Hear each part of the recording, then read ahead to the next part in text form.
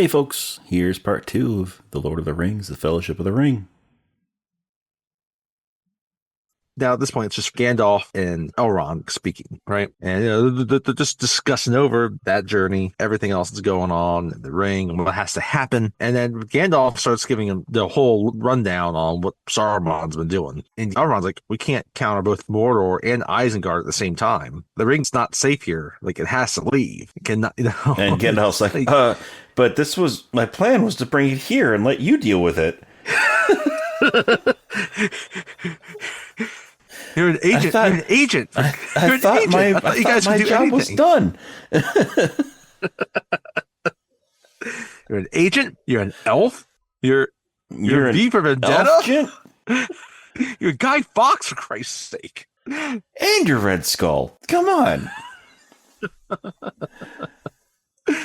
So they're talking. It's like, no, we get more into the story of the elves. Like, we're leaving here anyway. What are we gonna do? Like, what's Middle Earth gonna do when we leave? He says, like, the dwarves, they care for nothing but the gold in their mountains. Yeah, because all the elves are getting ready to go. And just like we saw in the woods earlier, all of the elves in Middle Earth are going to be going to the Grey Havens. They're going to go in on the ships and go to the Undying Lands. And so, he's like, who's going to help with this? Like, with the Middle Earth, he's basically saying Middle Earth is screwed. And then Gandalf is like, it's with men. I was like, men are weak. It's because of men the ring survives in the first place. I was there. And he thinks, 3,000 years ago. 3,000 years ago. Towards the glorious Stuart, and he starts talking to Bill Paxton about that faithful day. So he's back in his armor. He's back in his armor, back in the day when Isildur cut off the ring from Sauron's finger. He gets there as soon as he cuts it off. He's like, Isildur, come here, follow me. And he takes we'll go to Mount Doom. Into Mount Doom, which they're at the foot of Mount Doom right now, so they don't have to go far. We're going to go into the center of Mount Doom. Yeah, we're going to go up. There's a nice little path that goes right into a walkway, catwalk kind of thing in the mountain, like in Mount Doom. It's great. It's like, you're going to love it. We're going to toast marshmallows. We're going to go up there. We're going to sing campfire and songs. We're going to, we're just going to, sing Kumbaya. That ring? And you got to throw it into the fire. I mean, do you know how great it's going to look? How pretty it's going to look? Have you ever tried to burn a ring before? It's amazing. So I like it. Like, they get in the center. Like, there's like this, it's in the middle of the mountain. There's like an entryway, and then like a path that juts out into the middle of it, right? And then just a huge drop off that just goes into the fires of Mount Doom. Into the lava. I assume this is where they drop the people from Temple of Doom into. Yes. And Joe versus the volcano. This is the volcano from Joe versus the volcano. Mount Doom was on that island. Yeah. Elrond just looks at Isildur. He's like, cast it into fire! Destroy it! And Isildur looks at him, holding it. No. No. And he turns around and walks away. Now, what stopped Elrond from just taking his sword and just flinging at him? Or pushing Isildur? What stopped Elrond from just pushing him over the edge? He was standing at the edge. Just give him a little push. In the fire. Just give him a little push. There's no witnesses. Nobody will know. I tripped. Isildur went over to the edge and he was about to throw it in and he tripped and he fell. And yeah, I tried to catch him, but he's too heavy.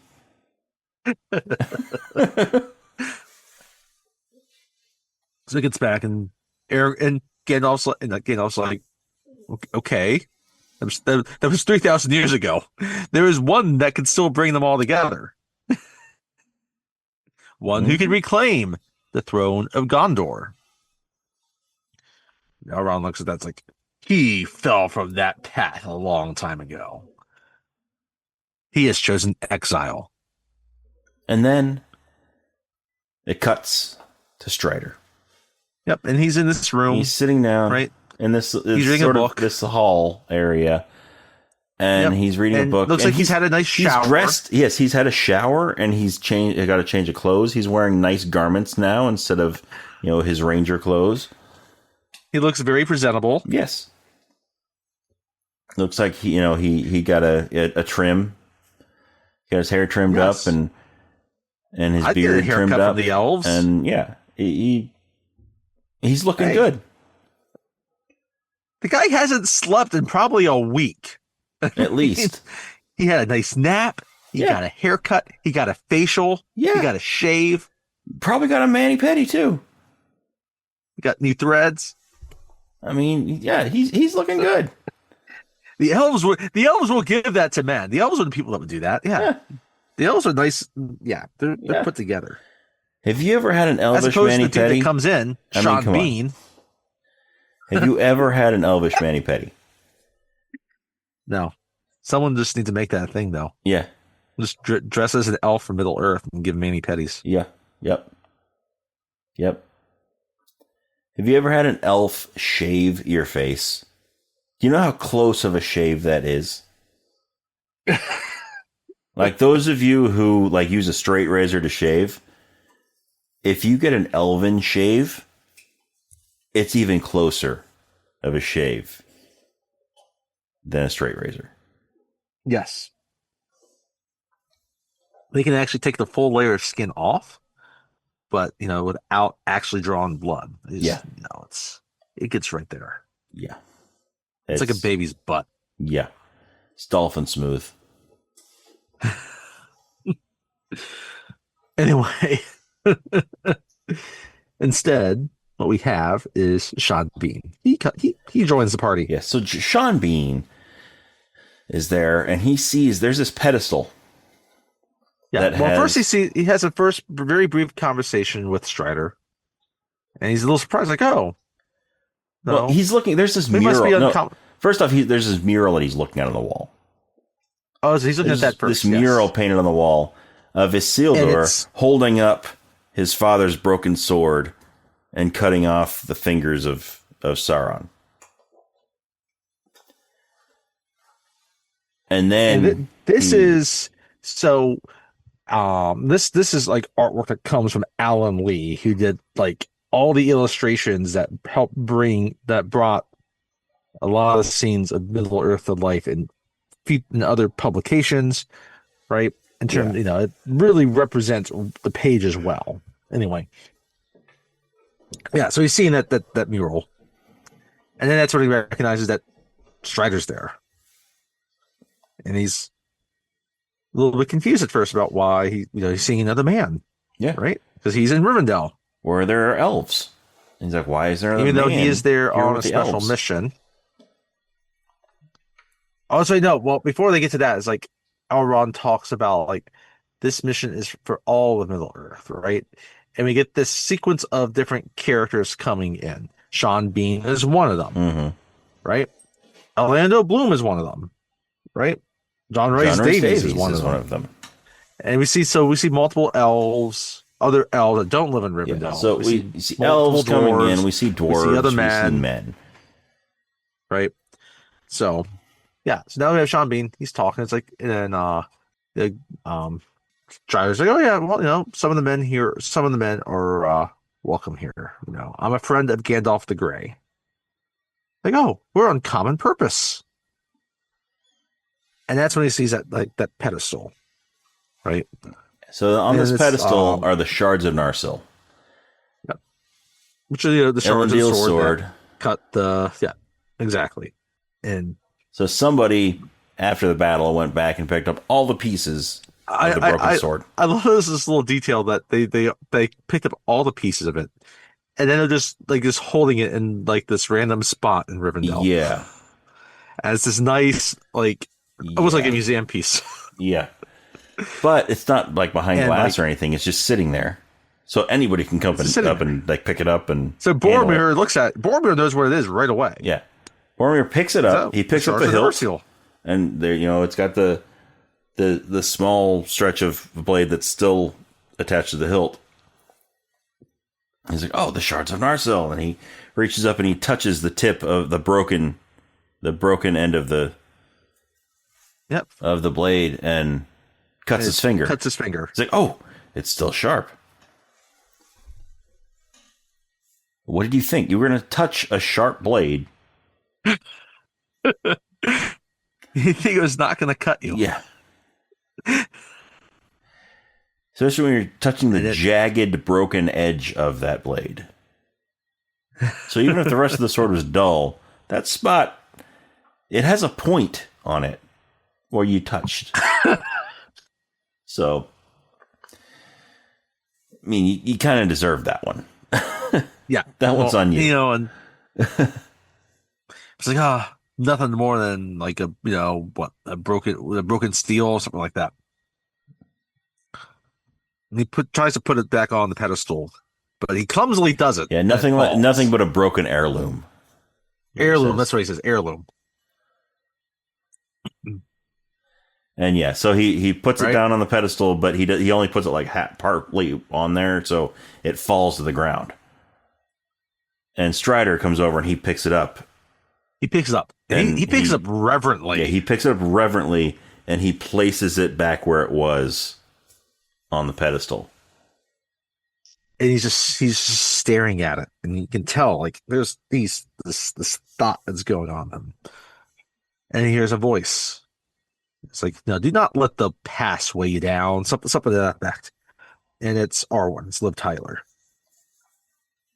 It's like, you are Isildur's heir, not Isildur himself.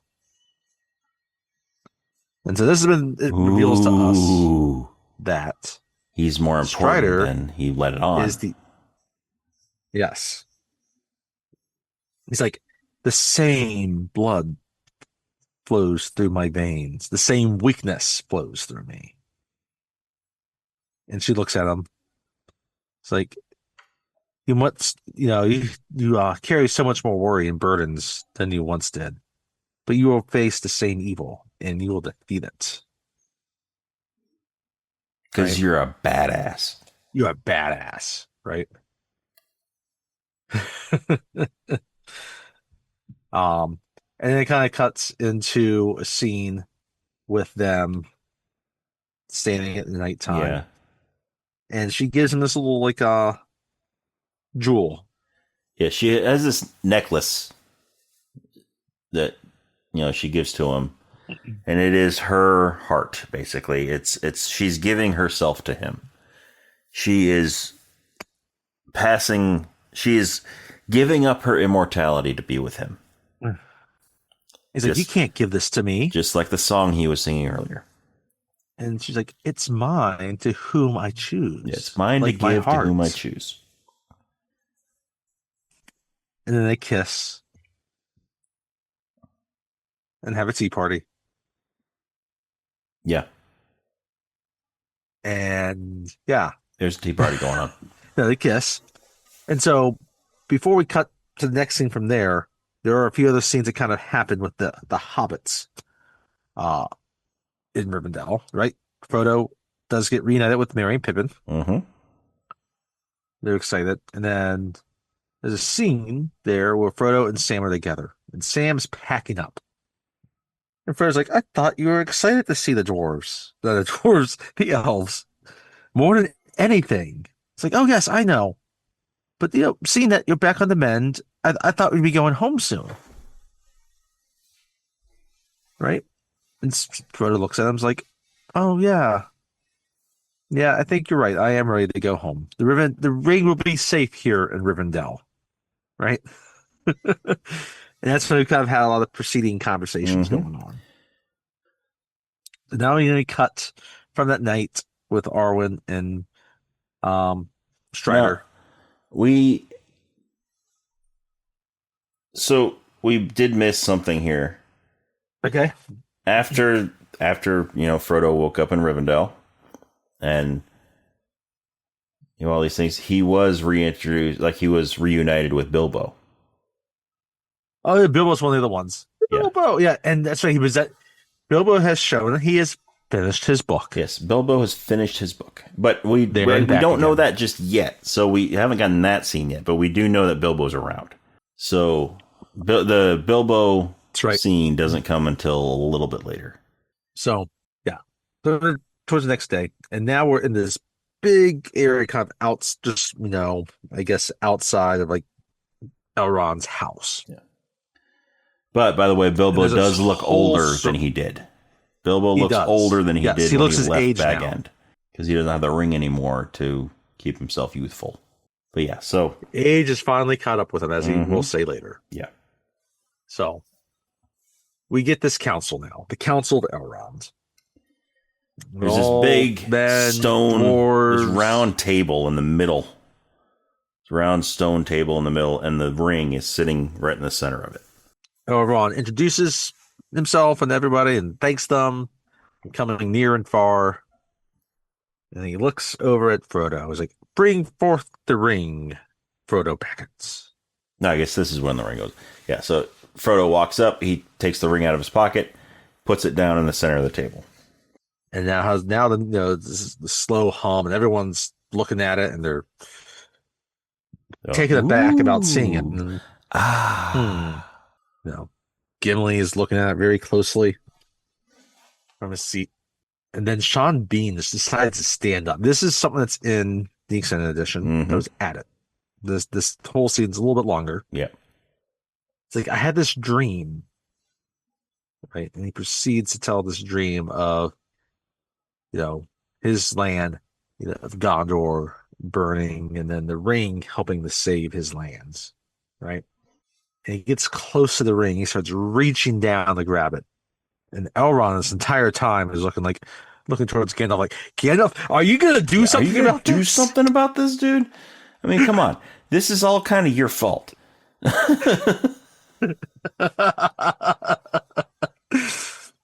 Gandalf does something about it. He stands up. He gets really large again and dark, and he speaks in this big booming voice. It's like a bastardized version of Elvish. Yeah. It's like the entire thing's black, and Elrond's like, "Oh, I hate it when he does this." Yes. Elrond's like, "Oh no, there goes Gandalf." And things kind of return to normal, and Elrond's like, "Never before has that language been spoken in these borders." And Gandalf's like, "Well, there's a first time for everything." For your pardon, but let it be known about this ring. And they continue to kind of have a little argument about all of it, and then, and everybody is like, "I'll take the ring. We can help my people." "No, I'll take it. I can help my people." Everybody wants the ring. And then finally, it's like, "No, the ring." And it's like, "No, we can't do that. The ring will only listen to one master. It must be destroyed." Elrond's like, "We have no choice but to destroy the ring in the fires of Mount Doom." He says the ring must be destroyed. Then Gimli, John Rhys Davies, he's like, "Oh, I'll do that." And he takes out his axe and he goes to chop the ring. He hits the axe as hard as he hits the ring with as hard as he can with the axe, and the axe just shatters. It shatters when it hits the ring. And it's just like, everyone's like, the ring cannot be destroyed by any instrument that we here wield. It must be. This is Gimli, son of Gloin. Yes, Gimli, son of Gloin. The ring must be taken into the fires of Mount Doom, be cast in there from the fires it was made from. Right. One of you must do this. Why can't Elrond do it?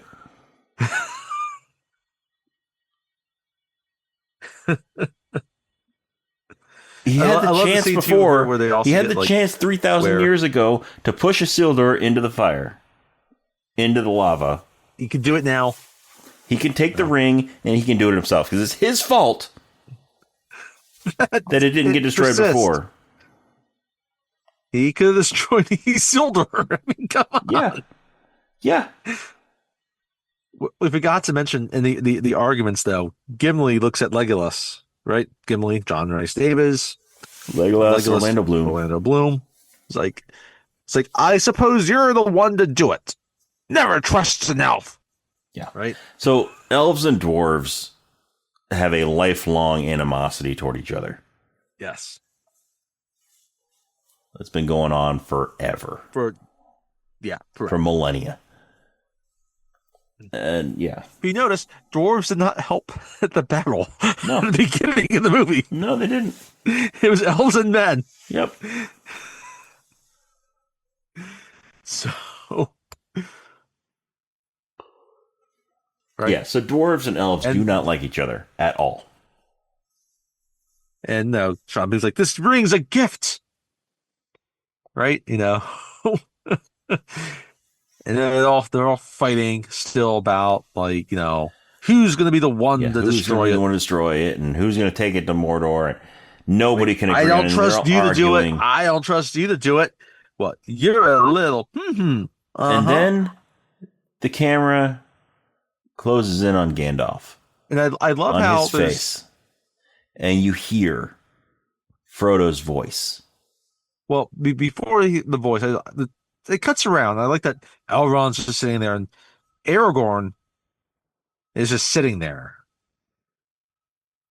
right, not doing anything. Mm-hmm. He's like, I'm not getting involved. I'm not getting fighting. And I guess we missed this important line that happens too. So, we did. So when Aragorn has to call back, Sean Bean's character's name is Boromir. Call him off again, and Sean Bean's like, what would a mere ranger know about this? And then Legolas steps in. He's like, you don't know who he is? This is Aragorn, son of Arathorn. Isildur's heir. An heir to the throne of Gondor. You owe him your allegiance. It's like, he's the rightful king, not your dad, you little bitch. And then anyway, he didn't say all that. No. Boromir just looks like he thought it though. Gondor has no king. Gondor needs no king. Right. So anyway, we get back to Gandalf's face. Yeah. So there's definite animosity between Boromir and Aragorn, formerly known as Strider. Yeah, at least from Boromir's side. There's animosity there. Yeah, I think it's the right way of saying that. And so everybody's arguing. You know, they're getting louder and louder. And the camera zooms in on Gandalf's face. And he's, looking worried. He's looking like he's trying to figure out what's going on, what's going to happen. And then you hear Frodo's voice. He yells out, I will take it. I will take the ring to Mordor. Gandalf's face falls. And Gandalf's face falls. He's just... Because he doesn't want Frodo to do it, but he knows Frodo has to be the one to do it. Yeah. He knows Frodo's the only one that can do it, that can take it in there. And so Frodo gets up there. He's like, I will take the ring to Mordor.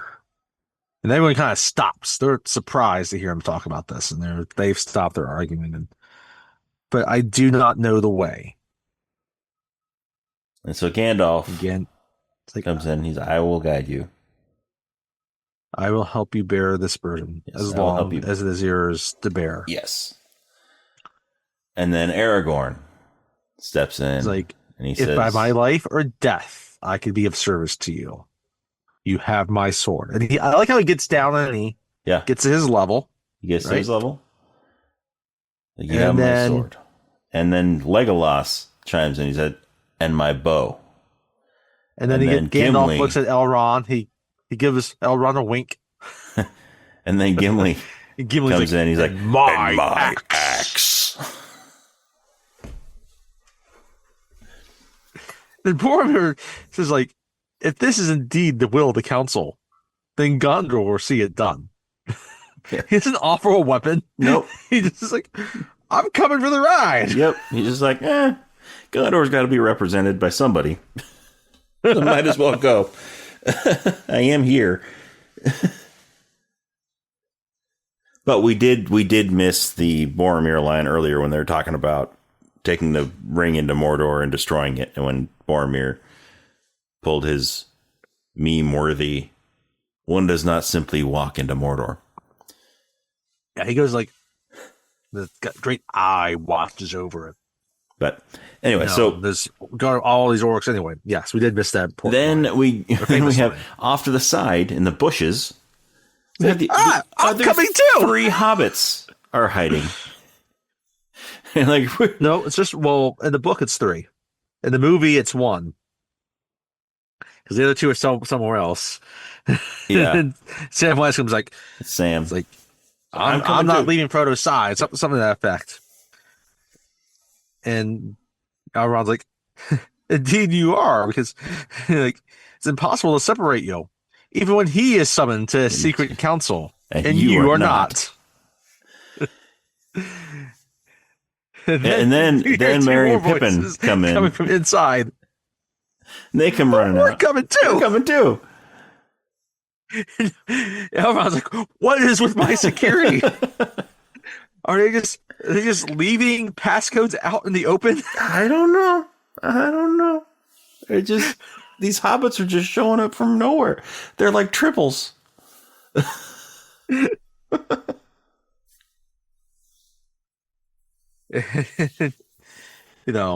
Mary's like, yeah, you had to tie us up in a sack to stop us.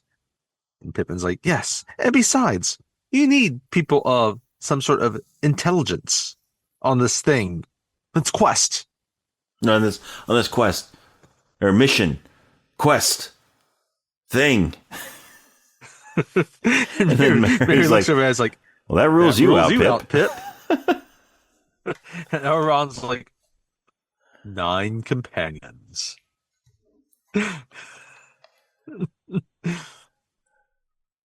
It's like you will now. You shall be called the Fellowship of the Ring. Of the Ring, Mr. Anderson. No, it's just Pippin. He's just like, great. Where are we going? Where are we going? I'll let you explain the next stuff before they head out. So, before they head out, Frodo is in Bilbo's room, and he's told Bilbo about their mission, about going to Mount Doom to destroy the ring, and Bilbo has some gifts for Frodo. Bilbo reaches in and he pulls out his old sword. It's an elvish dagger that he got back in the Hobbit days when he was off adventuring with Gandalf and the dwarves.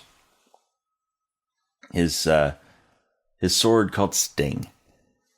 And he tells Frodo that it glows blue when orcs are near. So he gives Sting to Frodo. He's like, take this. It'll help you on your journey. It'll protect you. And then he also tells him, oh, and I also have this. And he pulls out a shirt made of mithril. Mithril is a very, very strong material that's mined by the dwarves. And it was a gift to him also back around the time that he got Sting. It was a gift to him from the dwarves. And so he gives it to Frodo to wear to protect him. And then... such a nice gift. Yes. And so, then he becomes a pervy uncle and he's like, oh, I got to see you in it. Put it on.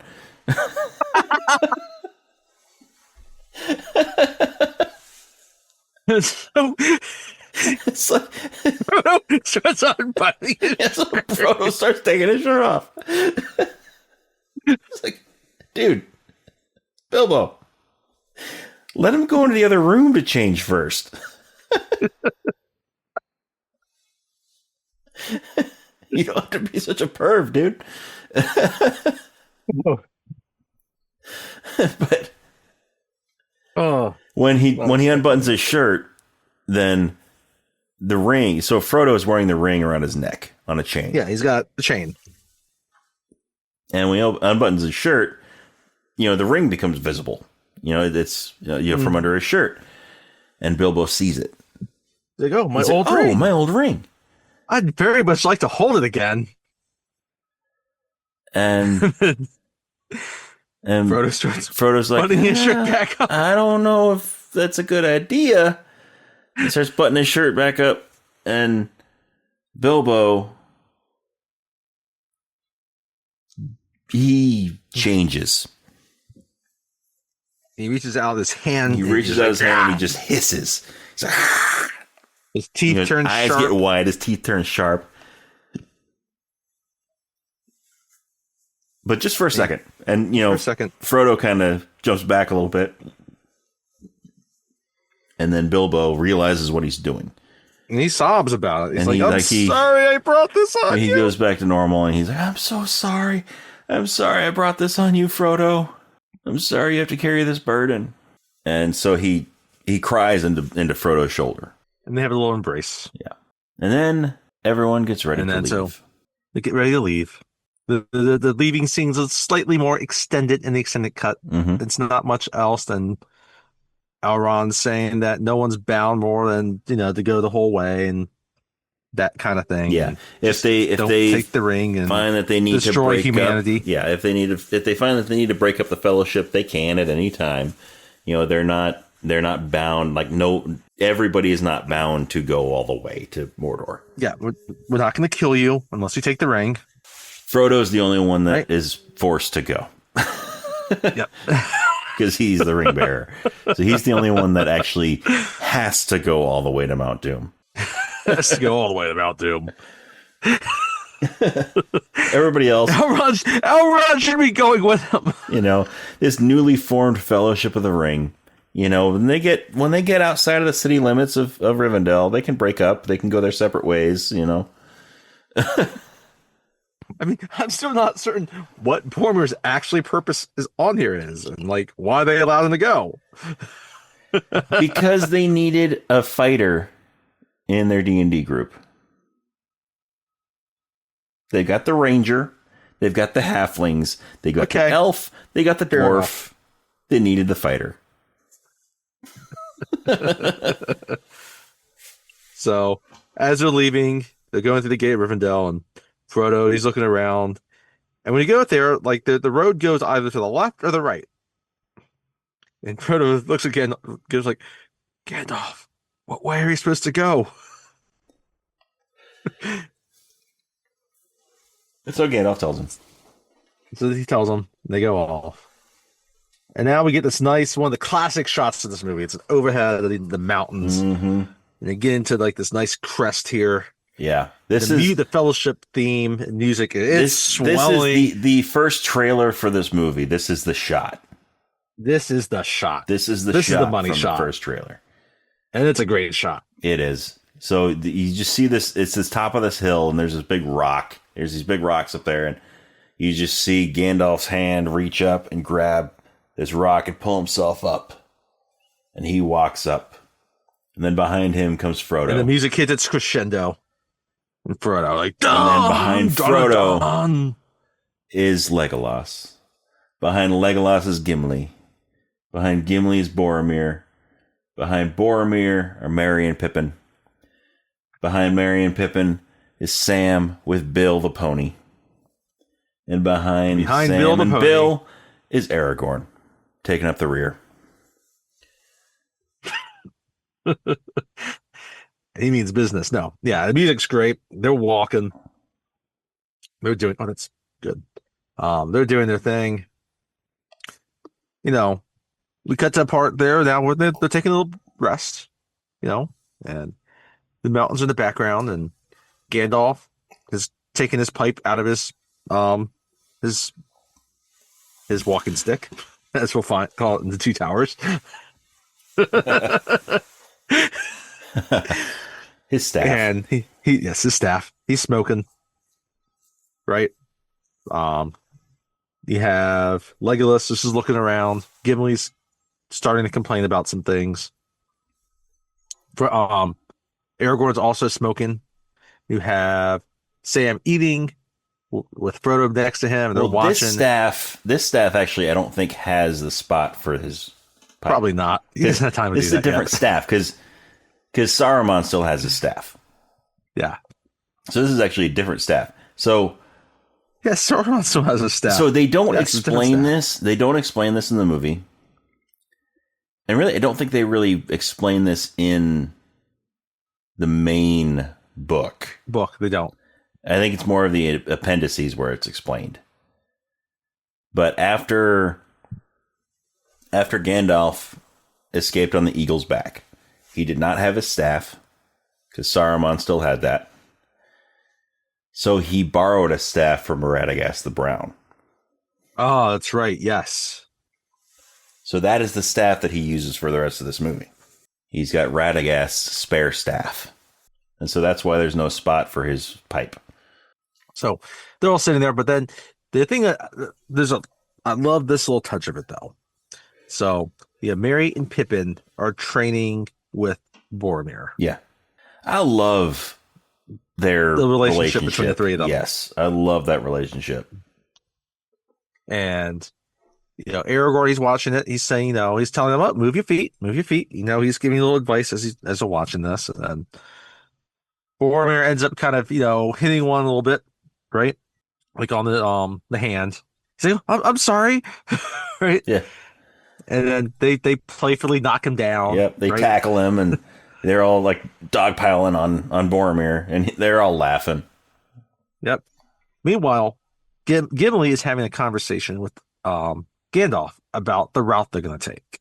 How about we, if anyone was to ask me, which I know they're not, I'd say we go through Moria. I say we're going the long way around. We could go through Moria. My cousin Balin would give us a royal welcome.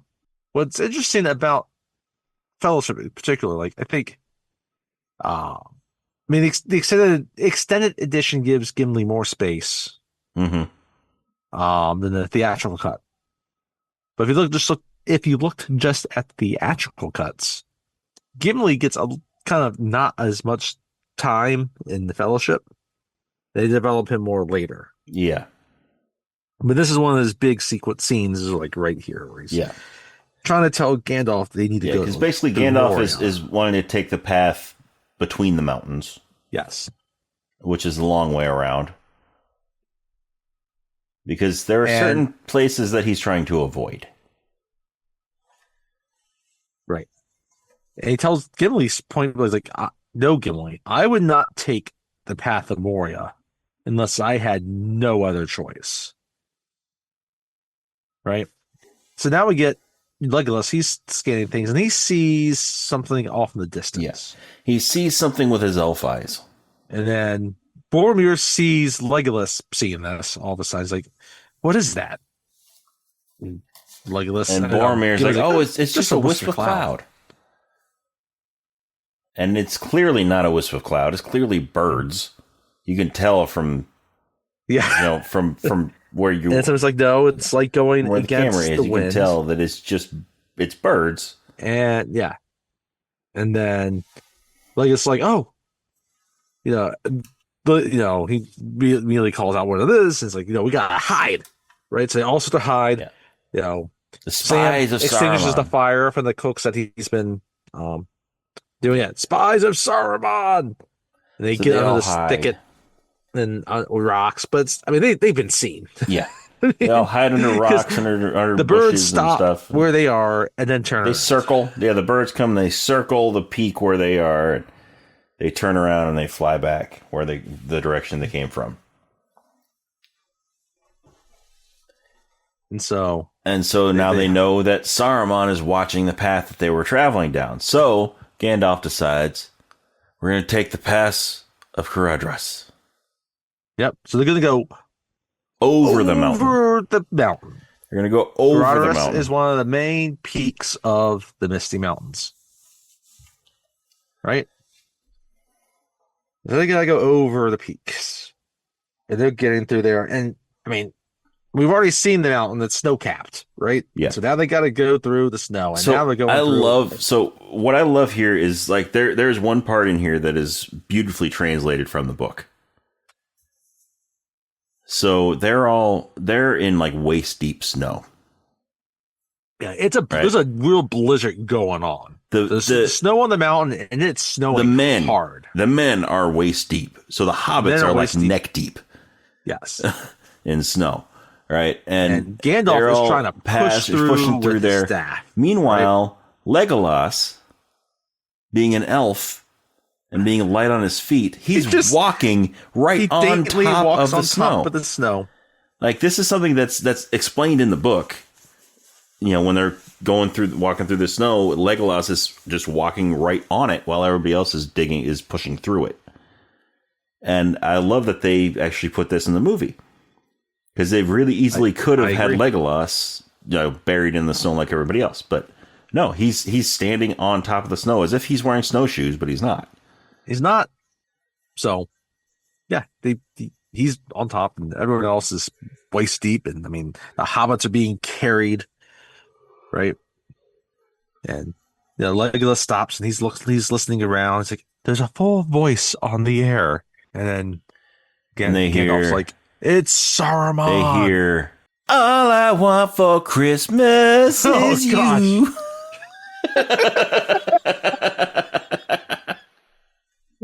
No, it cuts to Saruman, and he's just standing on top.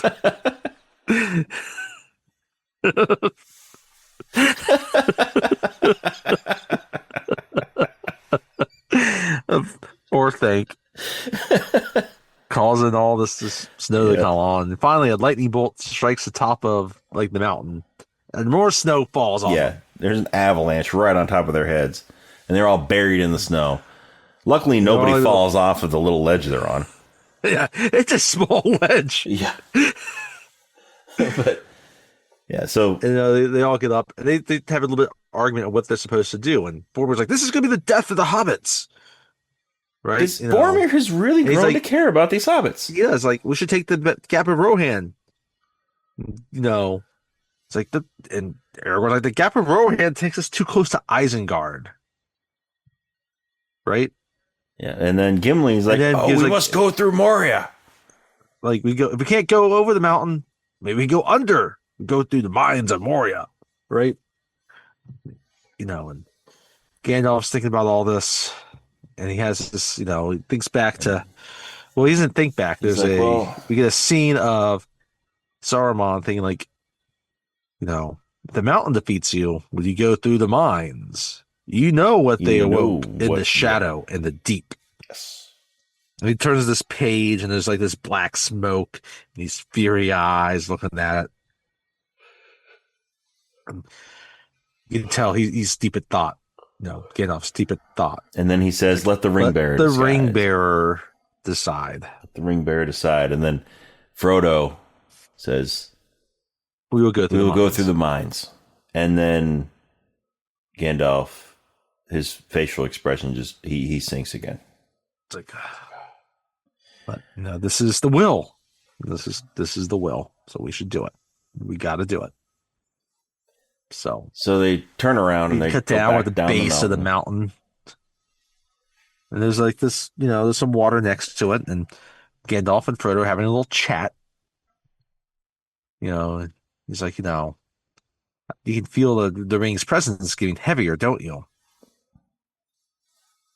I was like, yes. So, okay, I'll just need to be careful. Like, I'm afraid that there's going to be more forces, not just from outside the Fellowship, but from inside. It's like, well, who do I trust?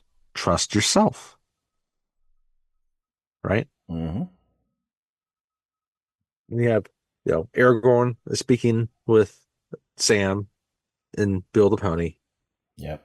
And they have to let Bill the Pony go. They're walking up. There's this like pond, lagoon type of thing. Pond, lagoon. I like that. Lagoon. There's this lagoon. So one side is the rock wall of the mountain, and then there's this small path, and then on the other side of the path is this lagoon. And so yeah, Aragorn is talking to Sam and talking about Bill, and it's like, Bill's a good horse. He's a good pony. He knows his way home. You know, but he can't go further. He can't go any farther. The mines are no place for a pony. Mines are no place for a pony. And so, they get their stuff off Bill that he was carrying, and Sam says goodbye to Bill. A very heartfelt, touching goodbye. And then they send Bill on his way, and Aragorn reassures Sam. He's like, "Don't worry, Bill knows the way home." Bill does know the way home. Yep. The books we see a lot more. We see a lot more Bill in the books than we do in the movie. Yeah. But I like that little touch right there. Yeah, me too. So they continue walking. Gimli just talks about the glory of Moria, right? It's like, they call it a mine. A mine. And this is that part later, right? And he's like, but he's talking about the glory of it, and right. When they come up, Legolas says something about that pisses off Gimli. He's like, right? And they finally get to the gate of Moria. Yeah. So they're looking for it. So they're at this, illuminate it. But first off, they're looking for the gate. They know that it's on this rock wall, but they don't know where. Yes. So they're looking for it. And then Gandalf finds it. Yep. And he says that dwarven gates are only visible by moonlight. By moonlight, right? And just it lights up like, and the it clouds, lights up like the moon. The clouds move away from the moon, and the moon shines down on it, and this gate lights up in the road, in the wall. Like this big arch, and there's all this writing on it, and these symbols. And there's something written toward the top of it. And Gandalf reads it. It's like, speak friend and enter. And enter. And Mary's like, well, what do you suppose that means? And Gandalf's like, well, it means if you're a friend, you say the magic word, and it opens the door. So he says something, and it doesn't open. So he tries another magic word, and it doesn't open. Does it again. So he tries again. Same thing. Nothing happens. Pippin looks up. It's not opening. And Gandalf proposes that he uses Pippin's head to knock it down. So this time when I was watching it, I was really wondering, do you think that Gandalf is purposefully saying things that he knows aren't going to work because he doesn't want to go through Moria? I've never thought of that angle before. Because I never had either until this viewing of it. But then later, when they actually do come up with the right word, he seems surprised. So, which makes me think that maybe that would be not his intention. Objection to it, right? Because as this is going on, a couple of the hobbits are throwing things in the water. Aragorn's like, "Do not disturb the water." Mm-hmm.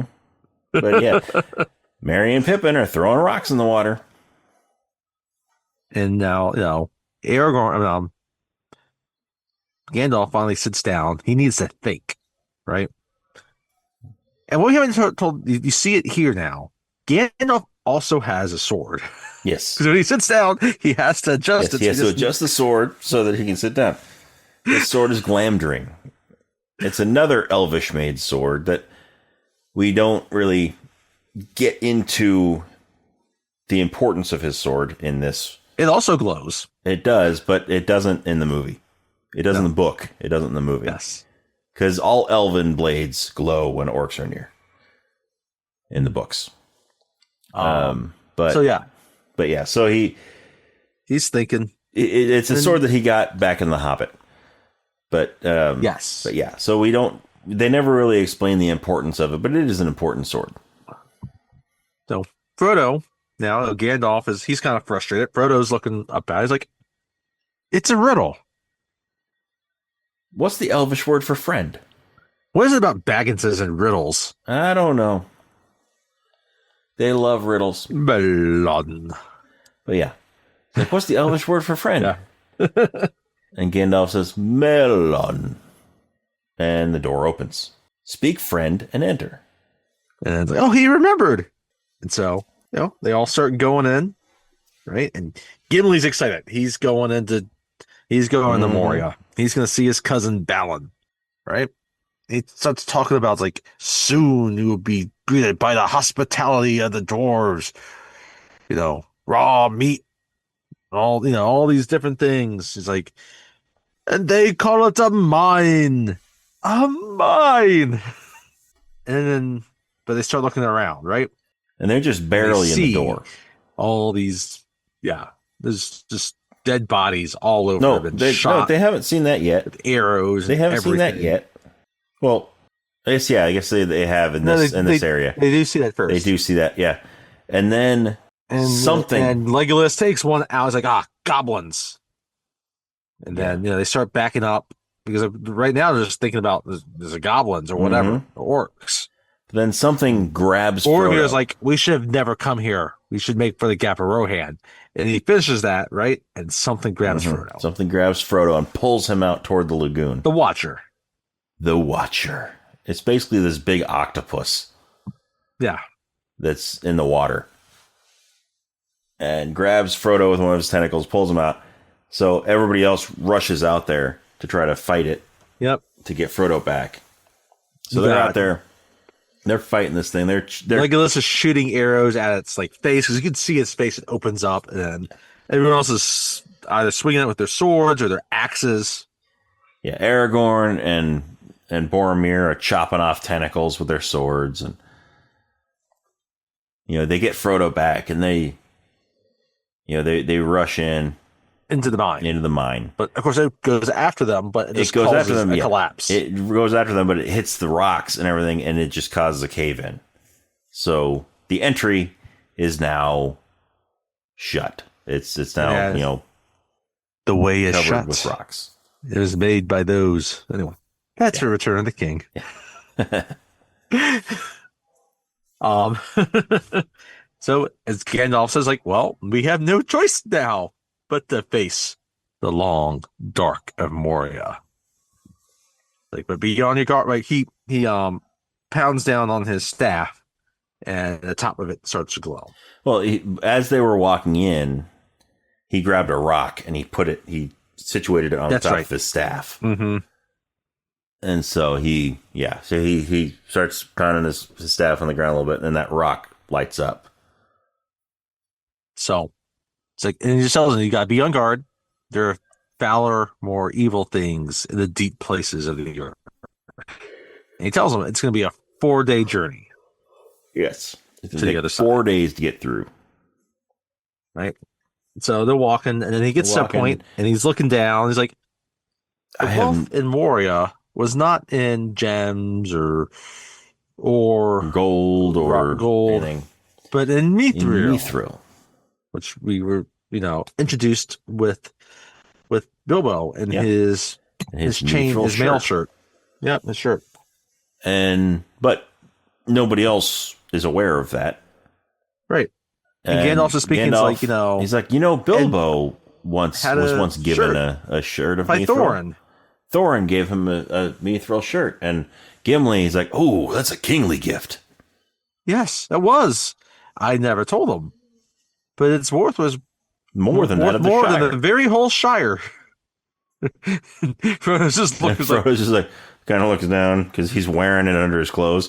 Okay, I could buy the Shire with this thing. You see these whole, it's a big mine type of situation where you have the pulleys and the lifts, all that, right? And they continue to walk because it's a long way, and you're seeing other things, and right. We get to a point where they stop briefly, and Gandalf looks, Frodo looks down, and he talks to Gandalf, like, I think we're being followed. It's like, oh, it's Gollum.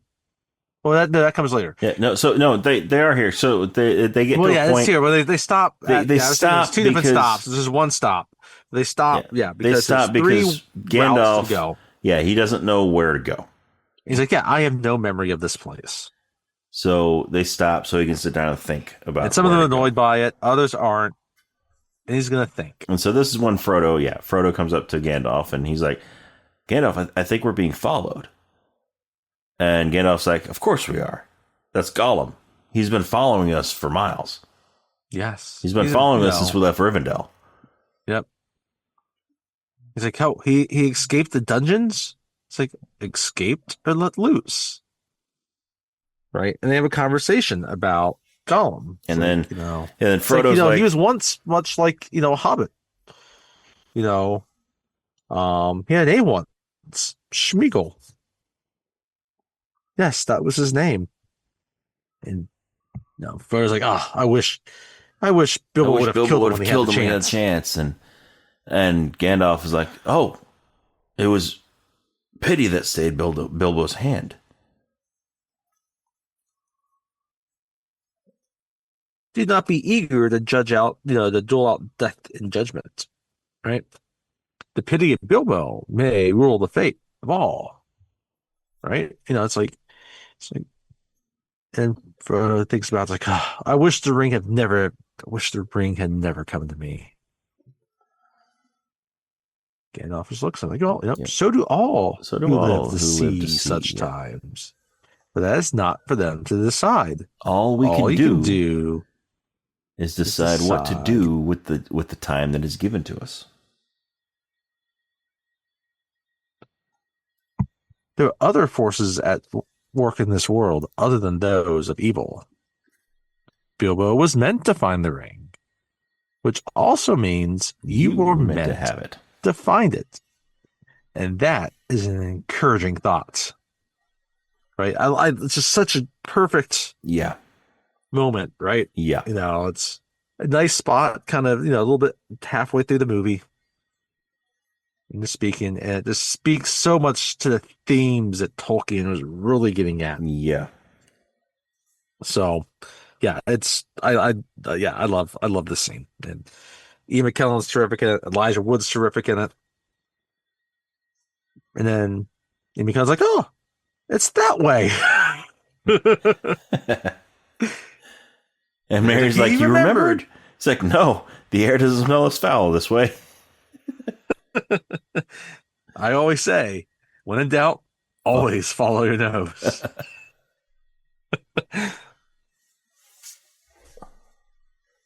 And so they walk on a little bit, right? And then Gandalf just stops for a second. It's like, let me pause so we can risk a little more light. He lights back up his staff again. And there's this just huge hall. Just huge arches. It's stunning. Going, it's arches. These beautiful, massively, intricately carved columns. Just massive. It just goes on and on and on. Right? And everyone's amazed by it. Right? And even Legolas is amazed by this, right? Yeah. You can see he's shocked by it. Like, you get into the books, like, you can. There's a whole thing about, like, Gimli being surprised by this beauty from the elves and vice versa. Mm-hmm. But and Sam's like, oh, that's an eye opener.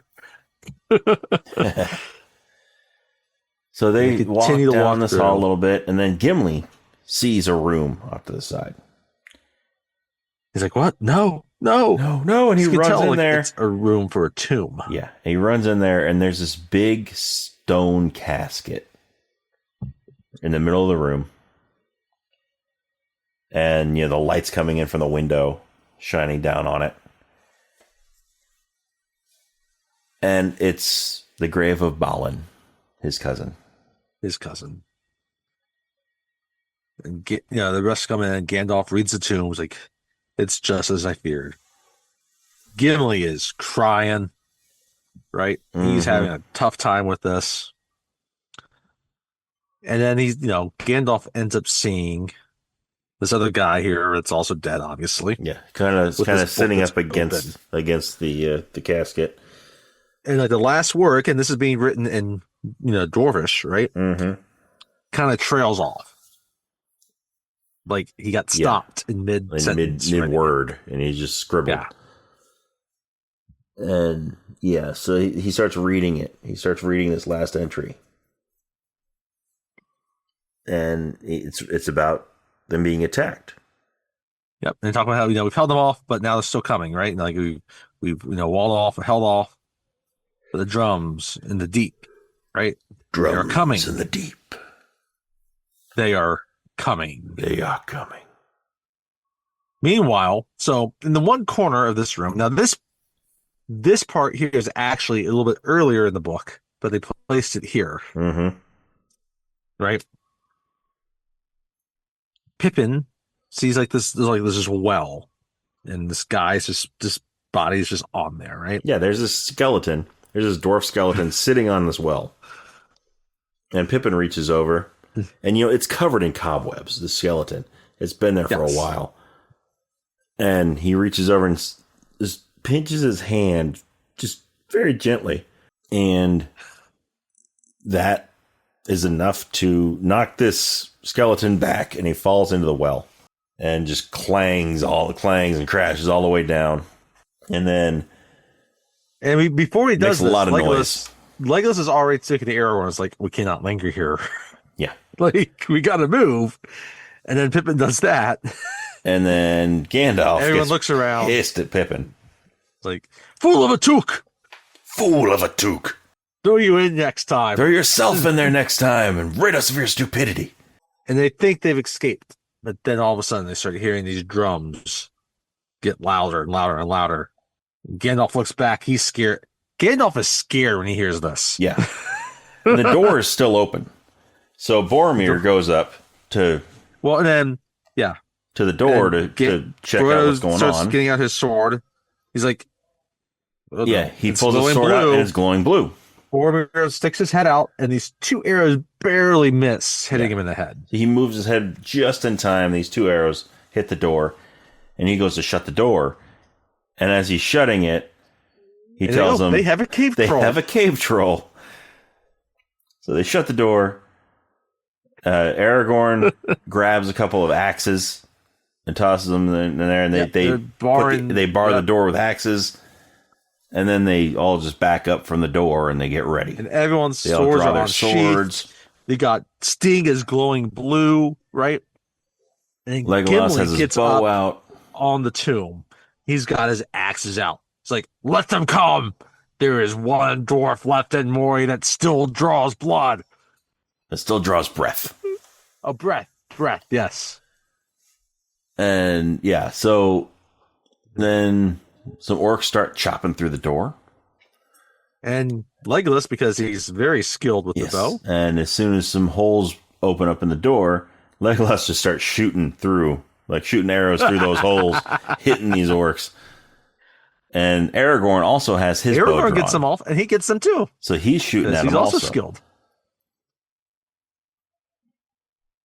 But they finally break down the doors, and they all come in.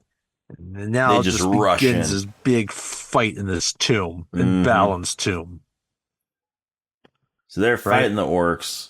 And everyone just starts going. Even the hobbits start going at it, right? The hobbits all have their swords drawn, and they're trying to fight. Then in comes the cave troll. And that's when the cave troll comes in, though. And it just starts swinging its big old mallet around. His club. It's swinging so much, it's hitting orcs. It doesn't care what it hits. It's just destroying them. And they got, everyone's now trying to attack the troll to try to get to it, right? There's a point Legolas is trying to shoot it, but nothing's working. But you also got arrows aren't working to hurt it. They're not hurting it, and we're also getting scenes where the orcs are still shooting at them, right? Like there's scene where not the trolls knocks Boromir, right? And this orc's about to try to kill Boromir, and then Aragorn throws a dagger that he has and just hits it in the neck, and it drops dead. And Boromir's a little bit dazed because he just got thrown against the wall by a cave troll. Aragorn Aragorn just nods at him as a you're welcome. And then Right. Aragorn grabs, there's this big and spear. Legolas, he And- wraps a. Oh yes, Yeah, there's this big spear. put some spears Aragorn, into it. they grab this giant spear and they try to stab the cave troll with it. And they stab it, but then it sort of backs up, grabs the spear, and pulls it out of its stomach, and then tries to attack them with it. Yeah. You get a shot there where Legolas wraps something around the chain around its neck, and then he runs down the chain, shoots a couple of arrows into its head, but it's a giant head. That's not doing anything, right? Yeah. So then Legolas gets thrown off of it, and it sees Frodo, and Frodo's hiding behind this pillar. This pillar. And it sort of pokes its head around, trying to find him. It's kind of the classic poking head round thing that you'd see. But Frodo keeps moving around this pillar. And then Frodo gets to the other side of it, and he thinks he's safe, and he goes to turn the other way, and the cave troll pops his head up where Frodo's turning. Kind of a classic jump scare type of scenario, right? Yeah. And so Frodo tries to get away, and it picks up that spear. It's still got this giant spear. It still has it, yeah. And it just puts it against the wall so he can't escape that way. Into Frodo, and stabs Frodo in the stomach with it.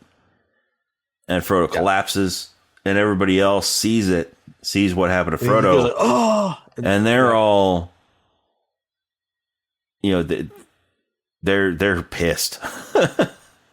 Everybody. Yeah, like at first they pause for a second and then they get pissed and it's all out. And Merry and Pippin hop on the back at of this it point, and they just start stabbing it in the back with their daggers. Yeah, they hop on its shoulders and they just start stabbing it from up there with their swords. Gimli gets close and trying to hit him with his axe and the knees, right? And Legolas is still shooting at it, and they're slicing at it with the swords. And so what I think is great. So I paid close attention to this time when I watched it. So Pippin on his back. Pippin digs his sword down into the troll's head, and it into the back of its neck, and it causes it to lift its head up, and that's when Legolas takes a shot right into its trachea. Yeah, and it drops dead because it can't breathe. It's like it starts to stumble and then it drops dead. Yeah, this time Mary's already been thrown off. Pippin's the only one left on it. Yeah, Pippin's the only one that's left. And as it's falling, but I thought it was fitting that it was Pippin. Go, and Pippin kind of flips over as it's. Yeah, I thought it was fitting that it was Pippin that had the assist for the kill, because he's the one that dropped the skeleton down the well. It is, and sort of started this whole thing. So it's only fitting that he's the one that should finish it. So he flips over as it falls dead. Right, I love how its tongue is hanging out after it's dead. But what we didn't mention in this fight, though, was Sam.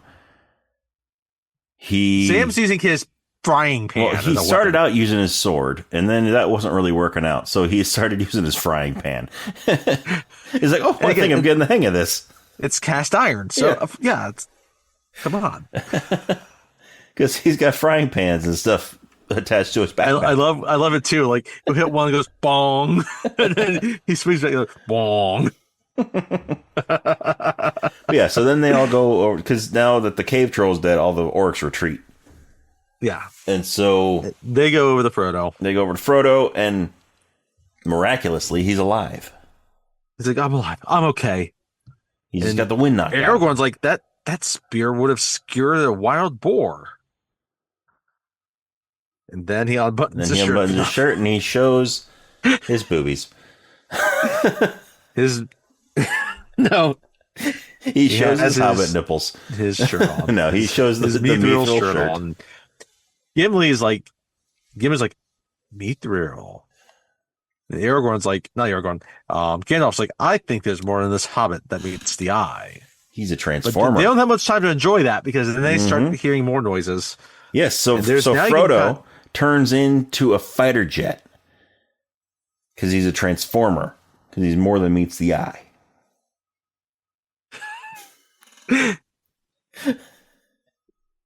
And he flies through Moria. He just fires missiles and everything and destroys all of the orcs.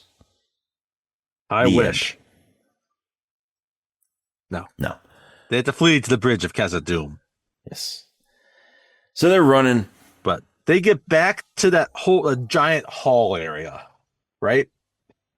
And they get towards the end of it, but then they get surrounded by these orcs and goblins, right? And they all have their stuff drawn out, and they're ready for this fight that's probably insurmountable.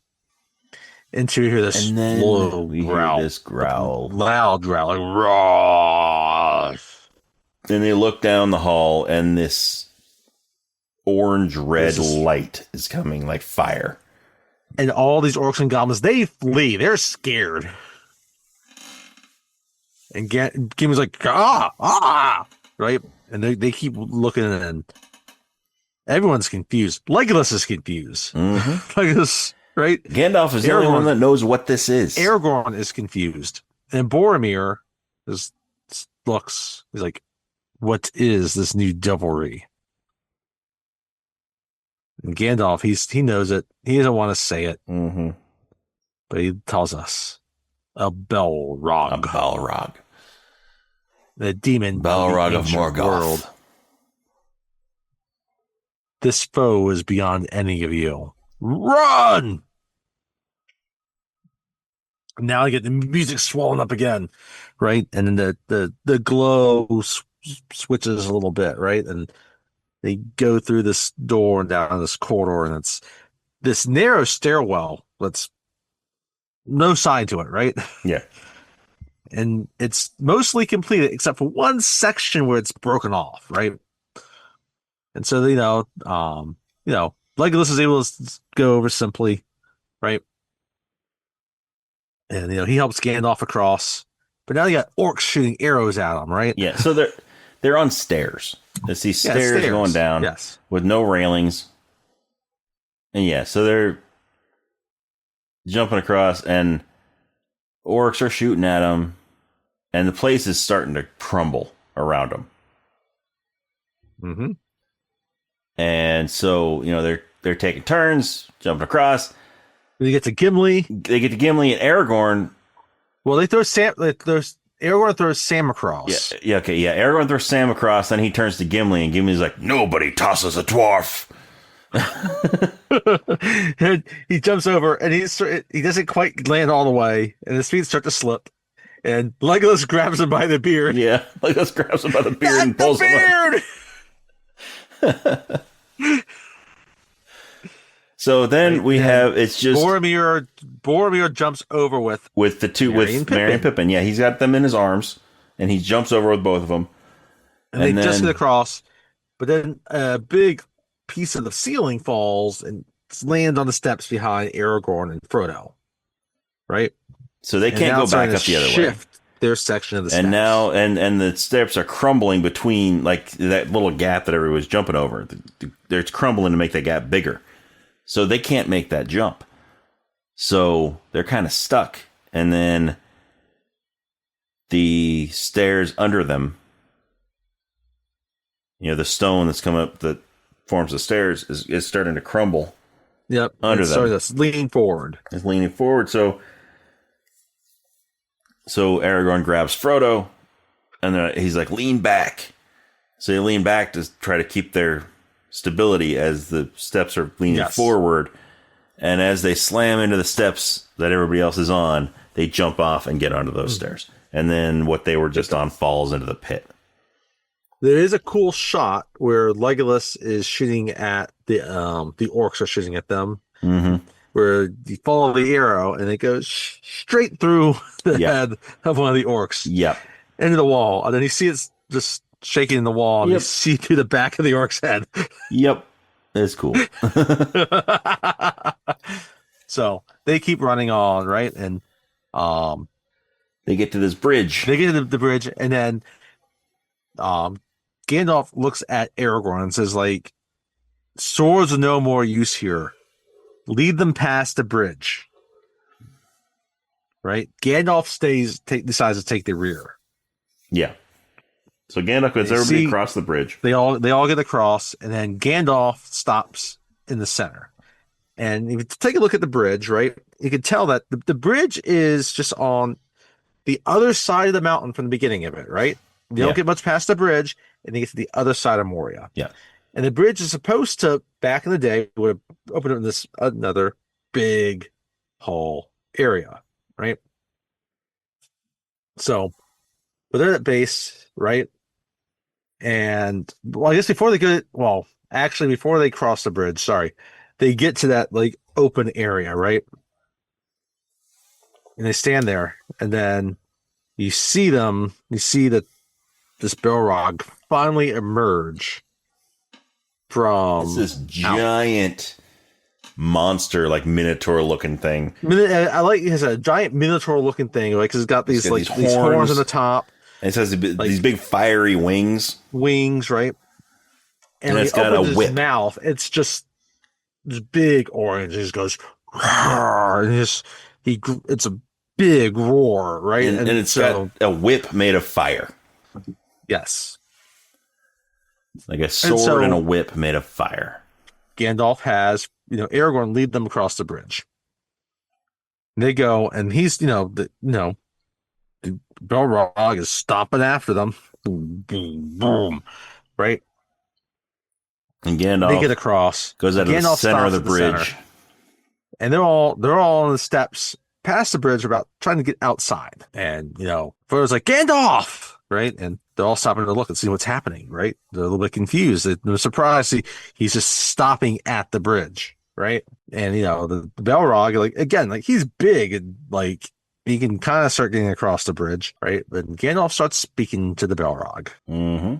He starts yelling at the Balrog, and he's like, I am the keeper of the flame of Angmar.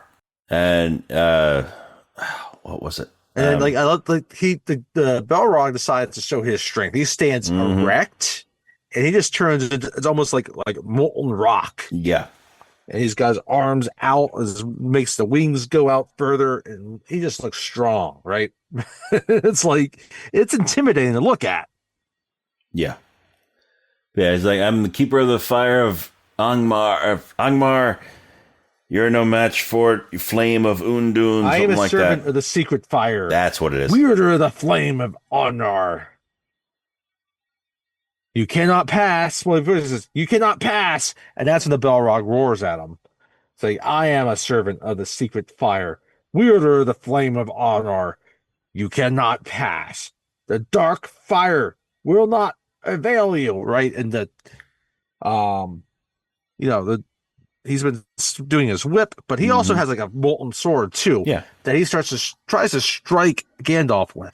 And Gandalf lifts up his staff, and he's got this shield around him that just forms, and it blocks the sword, blocks the fiery sword. The Balrog's like, what the fuck? Yeah, that should have killed you. Yeah, but no.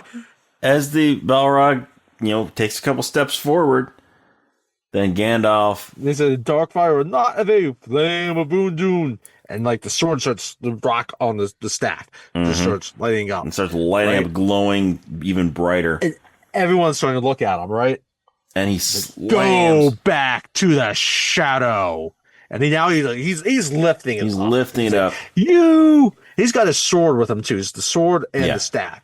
Cannot He's pass. Like, you shall not pass. He slams the sword. He slams the staff down onto the bridge, and it crumbles under the staff. Yeah, and his side of it stays intact. The other half doesn't, with the Balrog. Yeah, so the Balrog plummets with that half of the bridge, down into the pit. And Gandalf looks down. He sees it falling. He turns to go and join the others. And then the Balrog swings his whip up. He flicks his whip, and it wraps around Gandalf's ankle, and he pulls him down. And Gandalf grabs onto the ledge, and he's hanging there. And Frodo wants to run out and help him, but Aragorn stops him.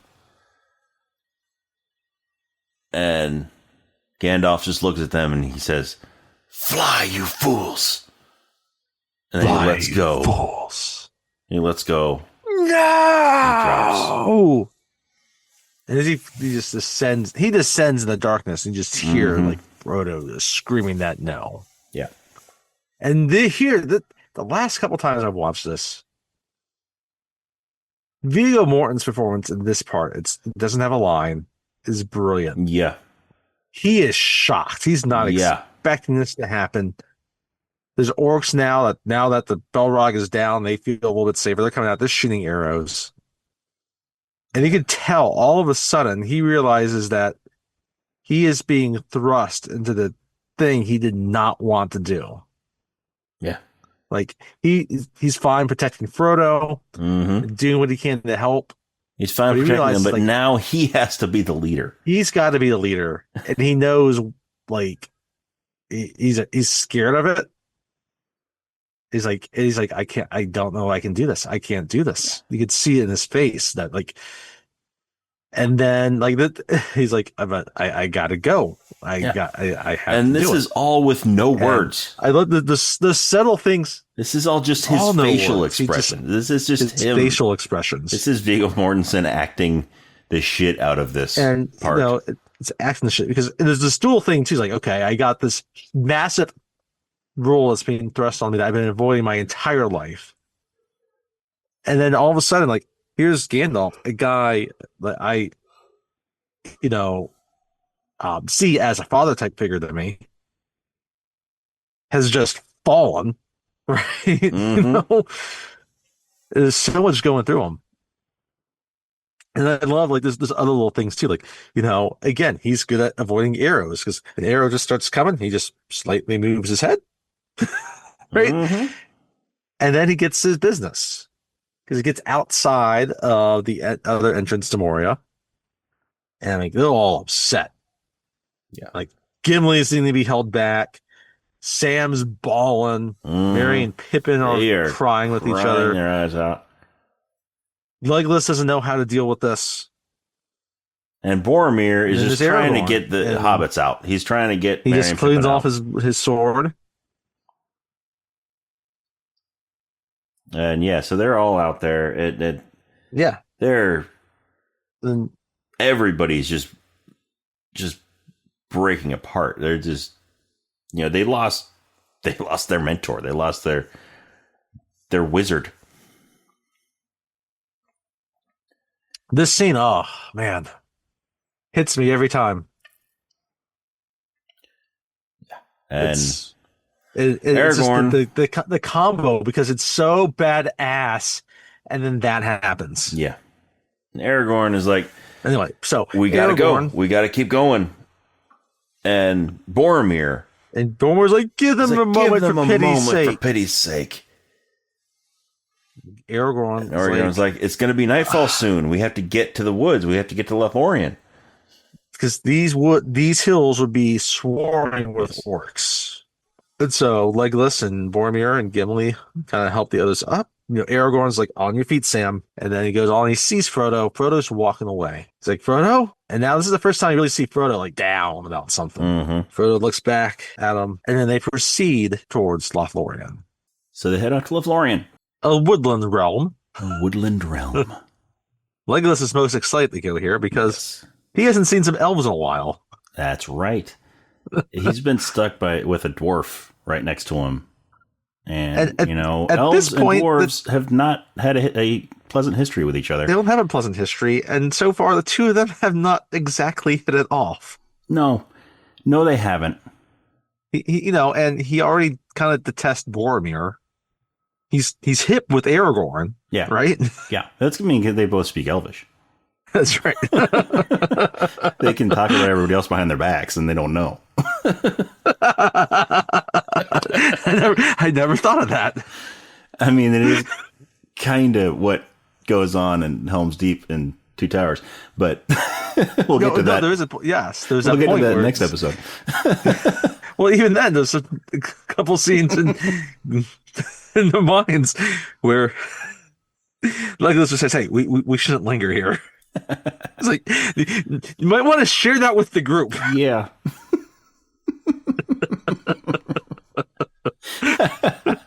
But yes, and Helm's Deep it also happens. But as you will see, we will dive deeper into his relationship with Gimli Yes. most explicitly later. Yes. And we'll get actually small hints of it later in Yes. this We will movie get as well. we will get small hints of it later in this movie, but No. especially in the next movie, that's where it really shines. Yes. But I mean, we saw the antagonism in Rivendell at the council, Hmm. but we get the other hints of it now here, not just between Gimli and Legolas, but just dwarves and elves, Yeah. right? Because again, this is a woodland realm, that the elves live at, right? It's their realm, it's their reign, they reign over it. It's almost a mysterious place to the elves because as they enter into the woods, Gimli's the one talking. He's talking to the hobbits. Hmm. He's trying, and what's in, I guess just before we get to that, um, this is also, I mean, it has a couple of the more truly extended new scenes, Yes. of this entire extended edition. Yes. So, real quick, back when I first saw this movie in the theater and all that, and up every time I'd seen it up until the extended cut came out, Lothlorien was always one of my least favorite parts of the movie, just because it was a little bit slower than the rest of the movie. It is a little slower. It's not so much action. It was just kind of, I don't want to say boring, but it was kind of the most boring part of the movie to me.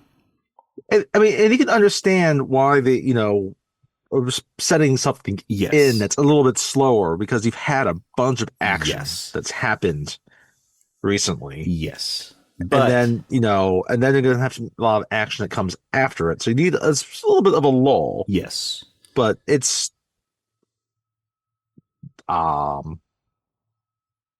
the missing crucial things to help understand why they're here. Yeah. And, that said, when the extended cut came out,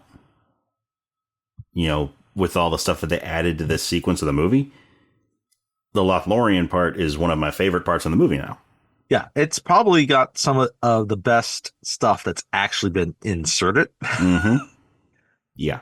Because it does explain a little bit. It helps you appreciate Lothlorien itself, the characters there, and just the rest they're about to experience.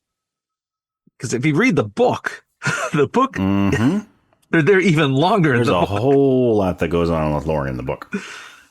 Like the book, like they're there. Like it's a true rest in the book after everything had just happened in Moria, right? Yeah. And they'll dive into some of it in the movie here, but yeah, the book, there's a lot that happens in the book. But I think the extended edition really helps to show really like there's aspects are very easy to miss if you don't pay attention closely to the movie. Just details about how they live in Lothlorien. We'll get to that pretty soon. So, yeah, but yeah, I agree with you. It's probably definitely one of my favorite sections of the entire series of all three movies. Oh, yeah. Especially after watching the movies multiple times, you just grow to appreciate it more for what happens and what's about to happen, right? Mm-hmm. You need the entire picture, and it just grows richer and richer and richer. But anyway, so we cut to Gimli, right? And he's talking with the hobbits. And he wants them he's trying to keep them close to him. He's trying to be protective. Because they're starting to walk through the woods. And the dwarves, at least for him, he's heard a great I mean the elves? evil yeah, sorry. Well, the dwarves have, their thought, right? Or what their legend is that there's an evil sorceress that lives there. Yeah. Right. And that if you end up catching her glance, you fall under her spell, right? And there's this tension that they spell out more in the book about how, again, Gimli is this proud man, but proud dwarf, right? Um, of the mountain halls and how great the mountain halls are, right? And how beautiful. And there's no realm of elves or no elf that could match the beauty of them, Yeah. right? And I mean, that's spelled out very, very explicitly in the book. They don't really show it in the movie. That's fine, right? So he's talking to them. Meanwhile, Frodo, he's walking there, he's hearing this, but then he hears this voice, like in his head, Yeah. right? That only he can hear. Yeah. And it sounds just like Kate Blanchett. It does. Not quite as a soft voice as she has at the beginning of this movie. Sounds a little angrier. And not the terrible Eastern European accent that she has in Indiana Jones and the Kingdom of the Crystal Skull. Yes, definitely not the Crystal Skull accent.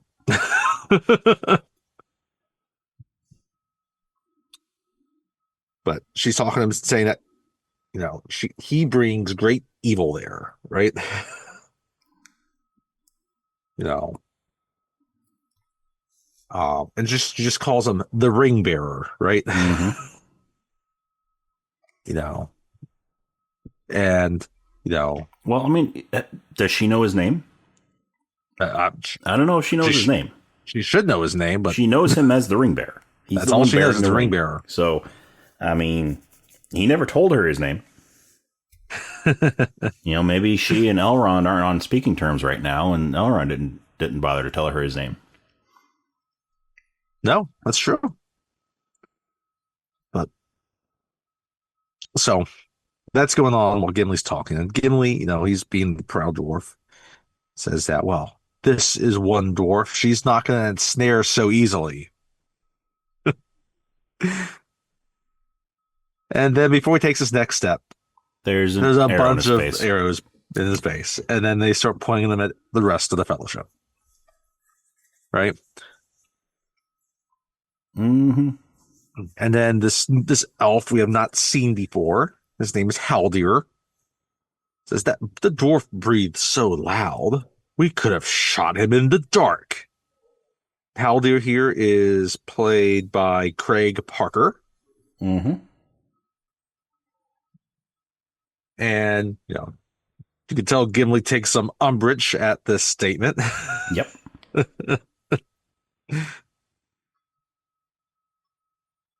I always thought the arrowheads were interesting.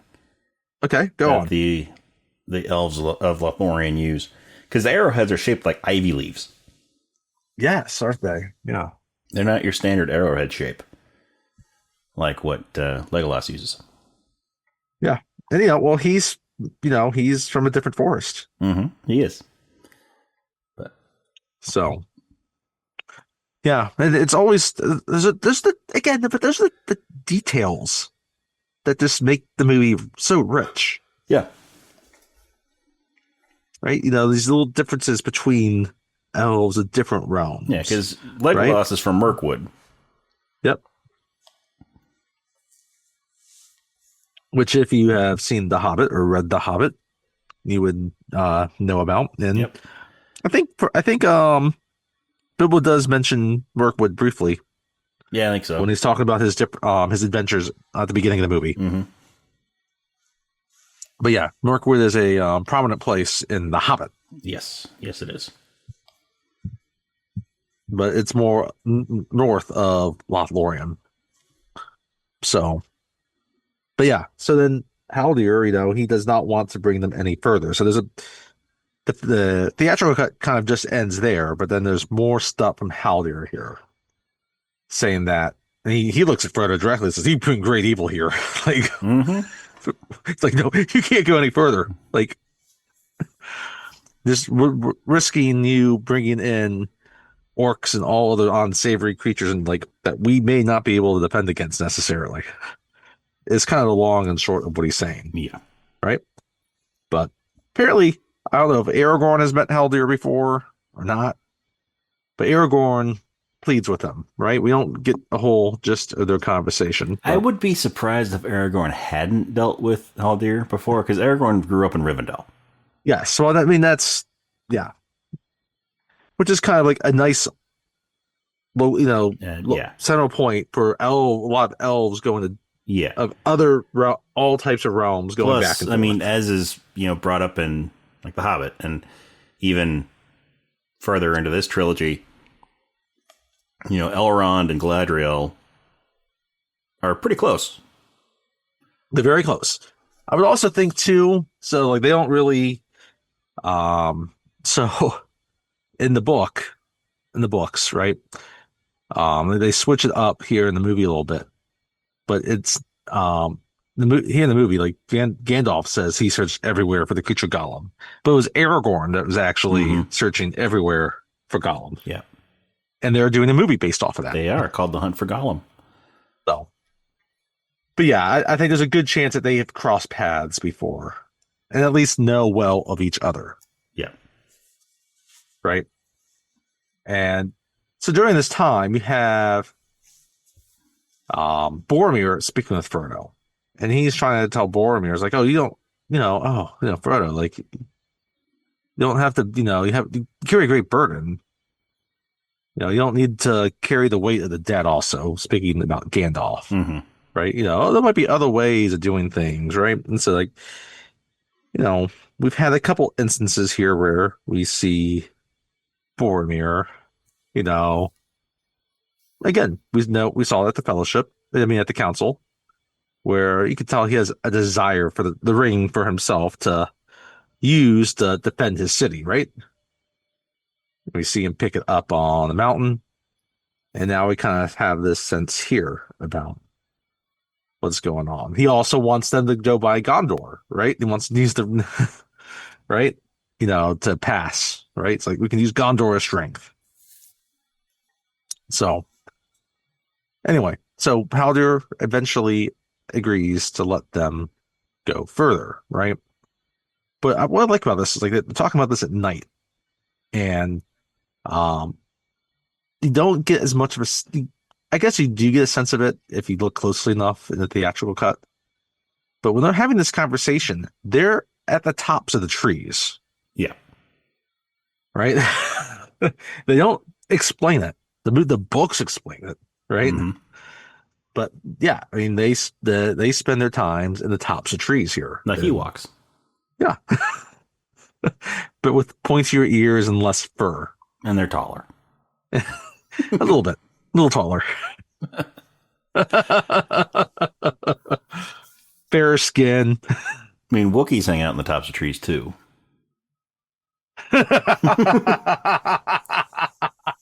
They're much taller. Much hairier. With strange videos that they give to grandfather. Yes. If you've seen the Christmas special, you know what we're talking about. The holiday special. It's not Christmas, it's Life Day. Oh, yes, Life Day. Excuse me.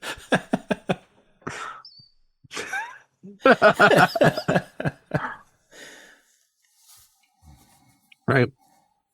And so, like, the theatrical cut just kind of makes you feel like Lothlorien's just one realm, right? But, like, when we see the extended edition, like, there's, like, multiple layers.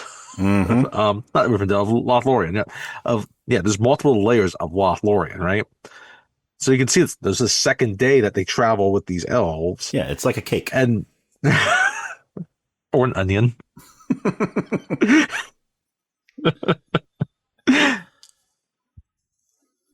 Before they get to the center of it, and like this is where Haldir gets really excited about, like, this is the heart of the Elvendin on Earth, right? And they go back, they go deeper into those woods, and I mean, there's these tall trees, and there's ways up and down these trees, right? But they present them to Galadriel and Celeborn, right? And Galadriel, as we have mentioned, is played by none other than Cate Blanchett. And Celeborn is, you used to have it memorized. I don't, sadly. Celeborn is played by Martin Tsokas. That's right. And he actually plays. He has a lot of different roles in this in the movies. He plays a few other characters. And Celeborn, he's a little bit upset because he's expecting to see Gandalf there, and Gandalf isn't there, and he's like, "What gives?" He's like, "Where is Gandalf? For I much desire to speak with him." And then Galadriel's like, "He has not passed the borders of this kingdom." And you know, they start talking, and then she's like, "He has fallen into shadow." And then Legolas is like, "Well, we went needlessly into Moria." And Gimli's like, "Mm."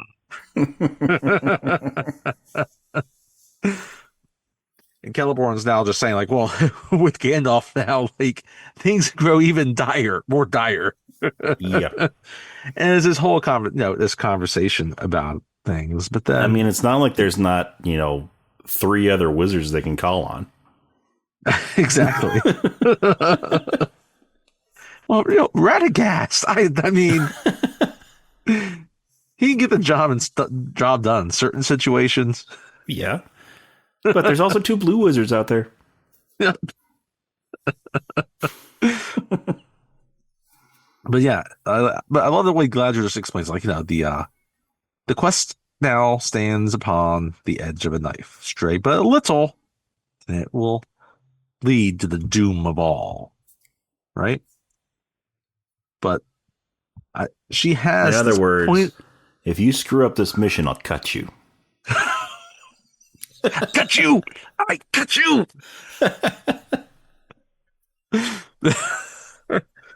But she has pointed words for all of them, right?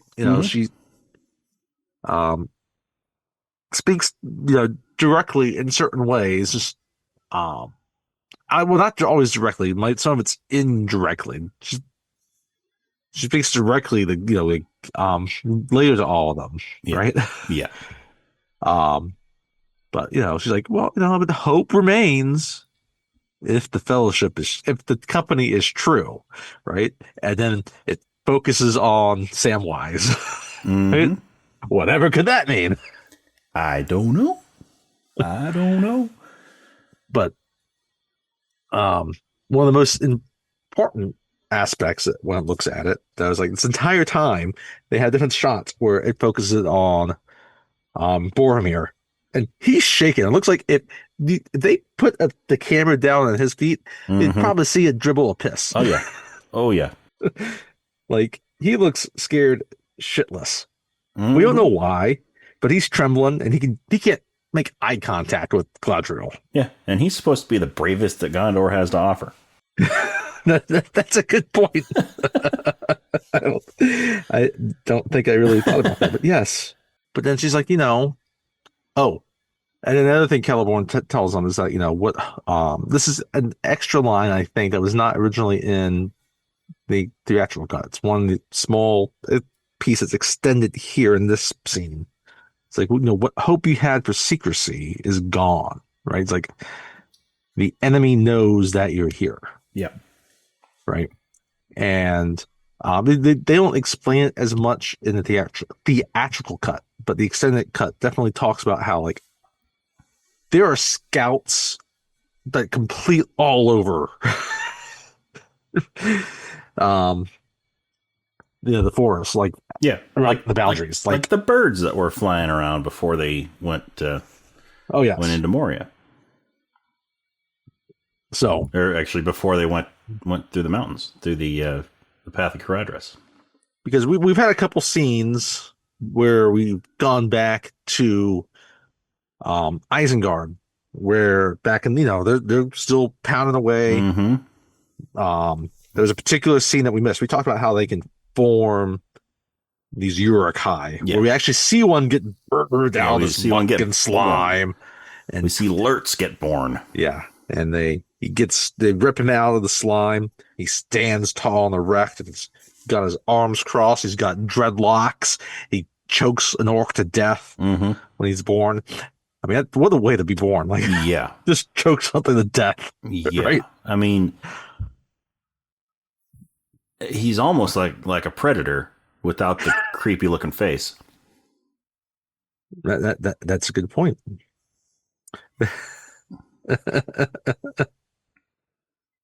But yeah, but before the scene ends, Gladriel just says, she's trying to say, like, no, you're weary. Come here and have some rest, Yep. right? Knowing that, they need some rest, they need a respite, they need a time to gather themselves. Like the enemy knows they're there, but they are still safe enough where they are right now. But they still have a quest that they will have to finish this journey, right? And that rest can help, the rest is going to help them with that as well. But as they are speaking with this, we get a shot on Frodo also, and he is hearing her voice again in his head. She's talking to them, then she looks at him, right? And they're doing a whole telekinesis speech while she's speaking Yeah. out loud, right? And she just says, "Welcome, Frodo of the Shire, one who has seen the eye." One who has seen the eye. So it cuts back, and now that the foot of some of these trees, right? And there's this beautiful music playing. Yeah. And I love it's like this bluish hue, this nice, soft bluish hue, right? Feels very angelic. Yeah. Um, and they're all sitting around, and you had the hobbits, they're like, oh, like, what are they saying? What are they singing about? Right? And Aragorn, he's sitting, he's listening, he's taking it in. He speaks Elvish, he knows what they're saying. But Legolas speaks up. He's like, well, it's a lament for Gandalf. And they ask him, well, what are they saying about him? It's like, I don't have the heart to tell you, because the grief is still too near to me. Right? And the book, I mean, the book has all these songs. They're probably going on and on about how Gandalf owes them money, and they're never going to see that money.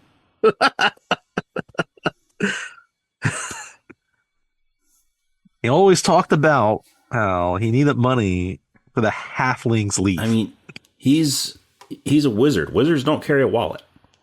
No. He could have made a pouch for money, but he made one for his pipe instead. Yes. Yeah.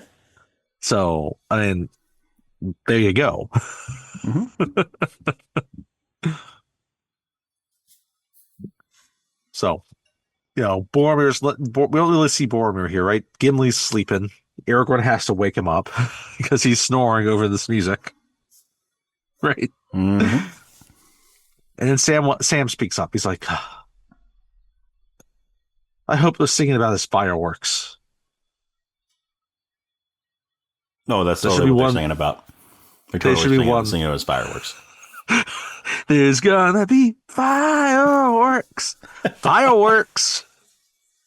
But yeah, he wants to want to be about the fireworks.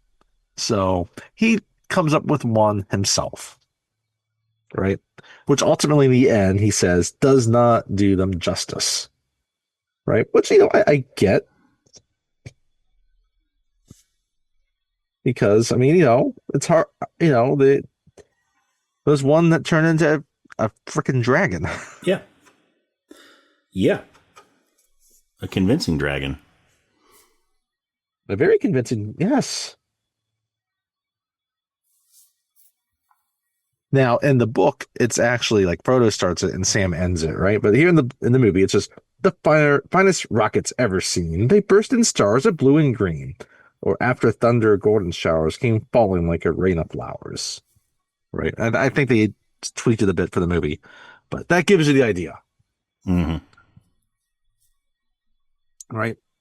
So we go later in the evening, and now you just have Aragorn and Boromir kind of speaking, right? And Boromir just starts talking about the voice he heard, which was Galadriel, right? Yeah. Galadriel was speaking to Frodo. She was also speaking to Boromir. Yep. privately. She was having a private conversation with Boromir. She was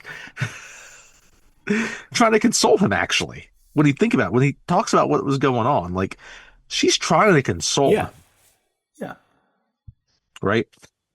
So, you know, it's Boromir, his dad, right? He's the steward of Gondor. He is the leader. It's in absence of the king, right?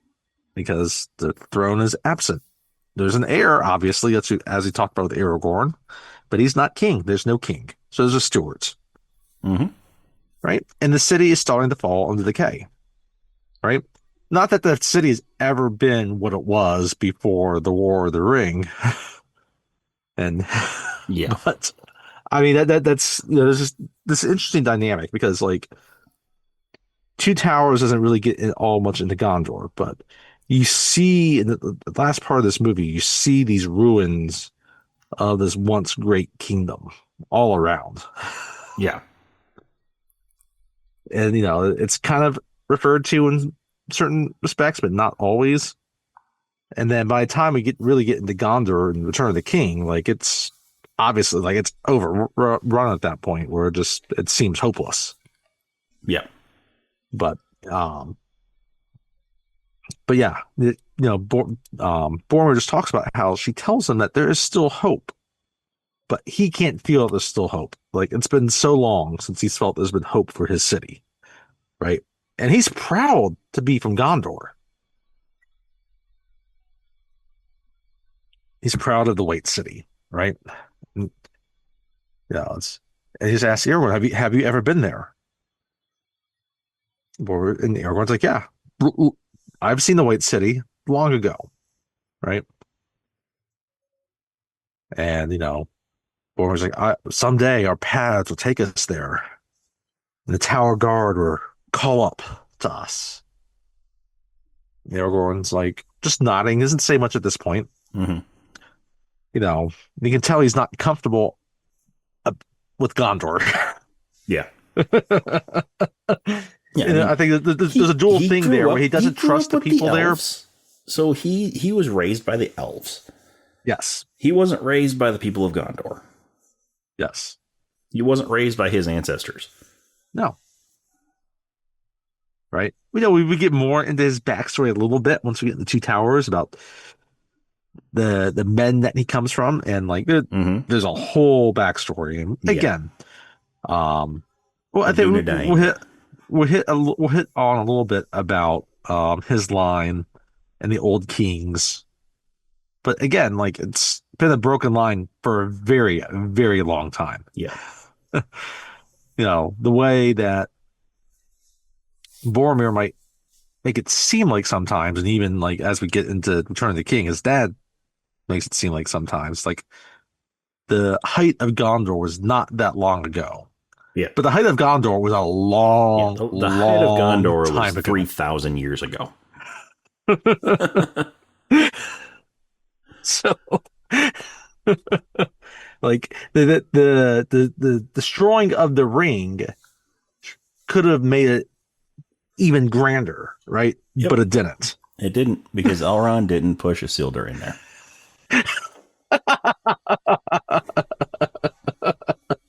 Anyhow, so they end their conversation, right?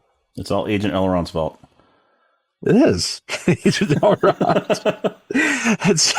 That sounds like a nerve gas. It does.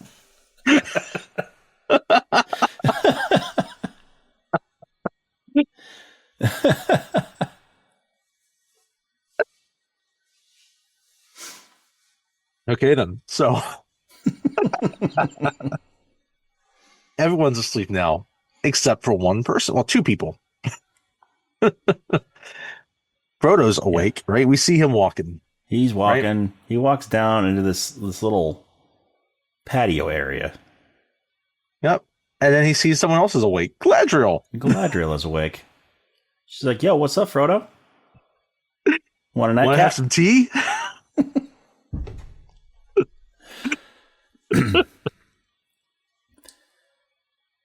There's no tea. There's no tea in these movies. There's no tea in these movies. A bunch of them have British accents, and there's no tea.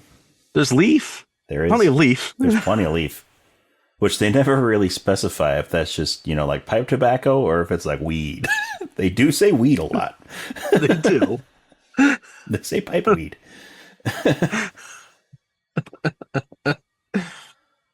Right? But yeah, and he follows her down this patio area.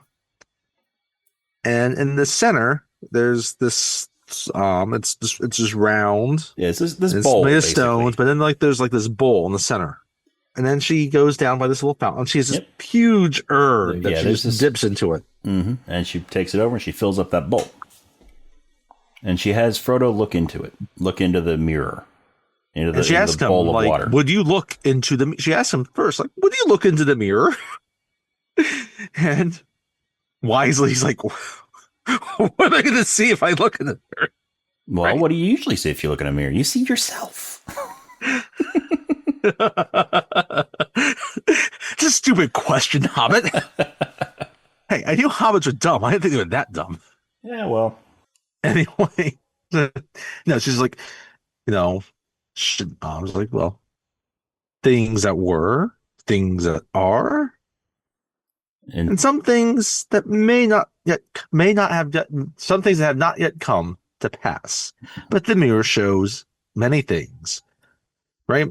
It's implying that, like, well, it shows different things for each person that decides to take a gander into it. Yeah. Some people might just see themselves, but, and so he takes a little look-see. And he sees a part that's not actually in the movies that is definitely in the books. Yes. Well, first he sees all the fellowship. Yeah. He sees their faces, right? But then things get more dire. Yes. Right? And more, right? And he sees something that's not in the book, not in the movies, definitely in the book. He sees Sauron's forces attacking the Shire and enslaving the hobbits. They could have put that in Return of the King and made it another hour longer. They could have.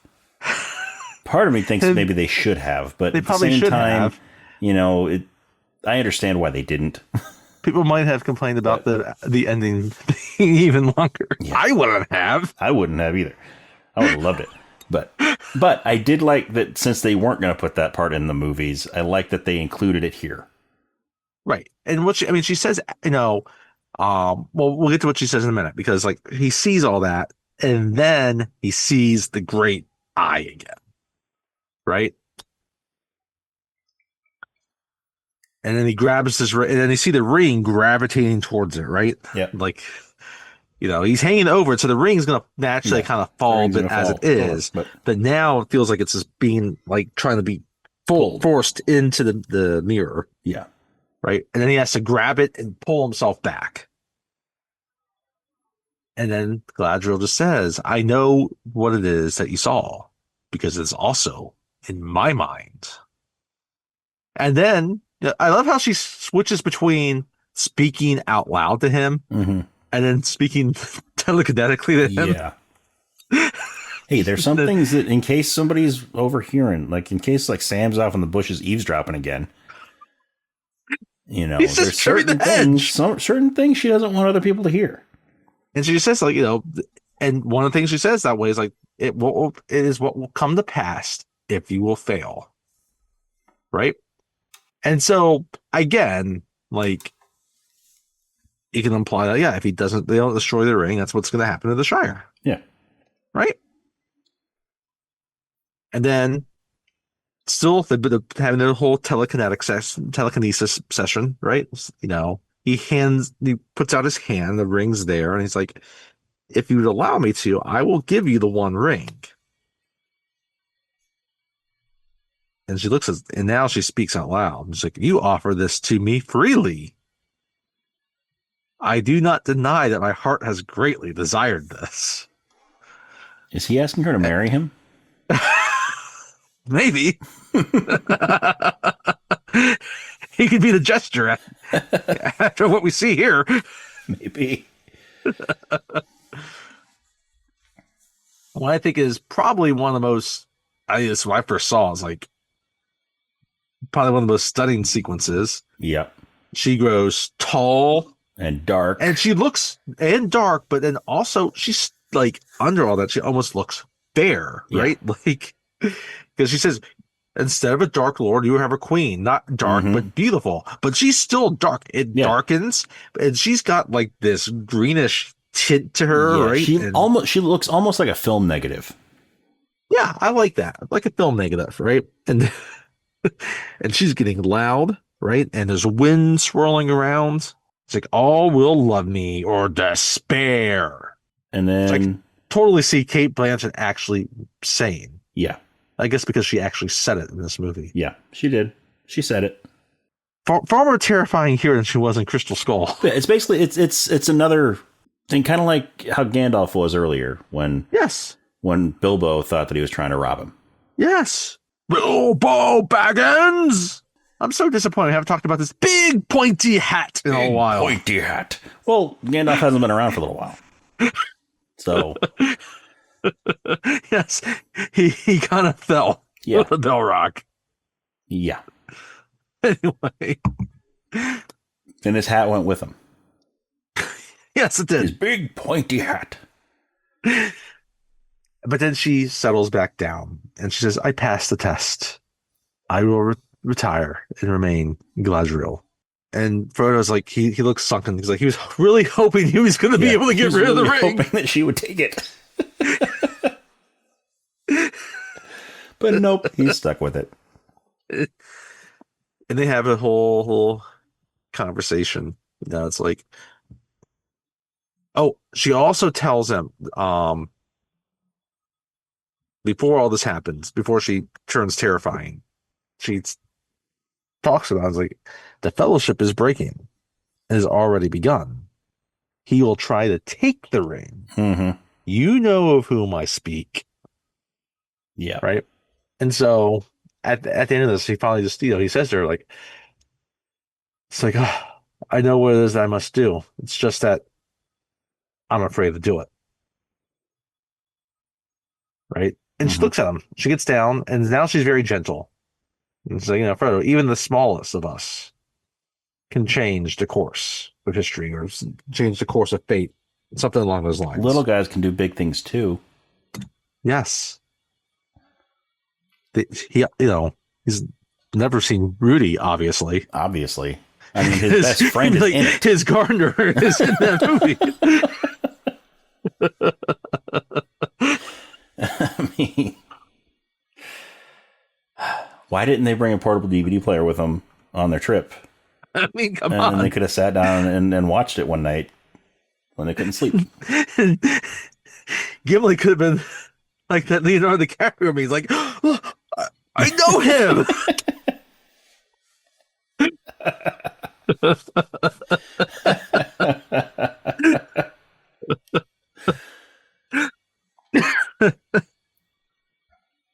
So now we cut back, and now they're ready to depart. But before they go, Galadriel has one more thing for each of them. Yes, and this whole sequence, like, it's a little bit more, definitely far more extended than it is in the theatrical cut.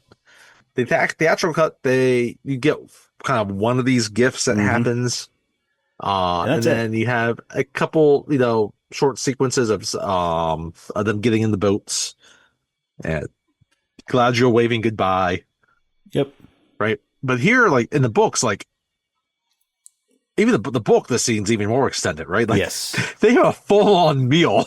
Yeah, before they go. Right. So they're one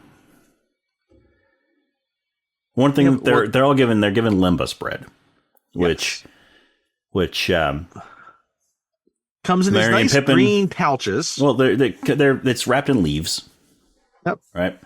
And it's bread that Legolas explains to Merry and Pippin. Yeah. Legolas sees it. Just one single bite is enough to fill the belly of a grown man. And well, Merry and Pippin they nod at them like, oh, is that so? And then when Legolas leaves and Mary's like, how many do you eat? How many do you have, Pip? 4? And then he burps. I love how, yeah. Merry just doesn't really answer. He's like, he puts his finger in his mouth like he's trying to get a little piece out of his teeth. he's like, oh boy. And then Pippin just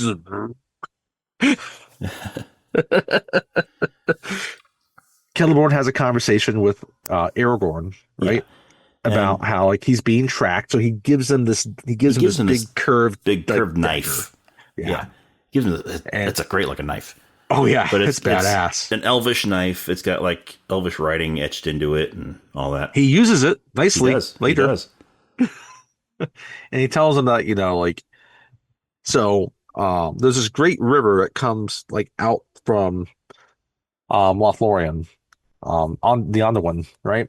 Where they're gonna that's how they're gonna be kind of floating down. And Celeborn's just telling him you can take them to these falls, but he's saying about how one side is completely controlled by orcs, right? And that they're being tracked on this other side, right? Oh, okay. Before we go forward further, then we get the last kind of crucial Isengard scene where Saruman is talking to Lurtz, Mm-hmm. this Uruk Yes. Hai, right? And they're in The leader of the Orthanc, Uruk-hai. right? And it's just um Saruman and Lurtz. He's the commander, right? He sounds like, he's just asking like, do you know how the orcs first came into being, right? It's like there were elves once, Mm-hmm. But they were right? twisted by evil and Right. So you get the small snippet of it, right? He's finally talking about things like it's like, yeah, now but now all the orcs have been perfected into my fighting Uruk Hai. And he asks him, whom do you serve? Saruman. And I actually like this because like you don't get a taste of it until really into the Two Towers about this antagonism between Saruman's orcs and Sauron's orcs. Yep. Yep. You get that nicely in Two Towers. Yes. But answering Saruman is a really good way of actually showing that. Yeah. Yep. He didn't say Sauron because technically he should be serving Sauron. Should be. But nope, he serves Saruman. Yep. And then, cuts back down kind of into like the mines there that they've created under Isengard. And he's speaking to all of them. It's like, you don't know fear, you don't know death, right? You will taste man flesh. And they all cheer for man flesh. He probably could have picked a different, way of saying that. He's a different choice of words.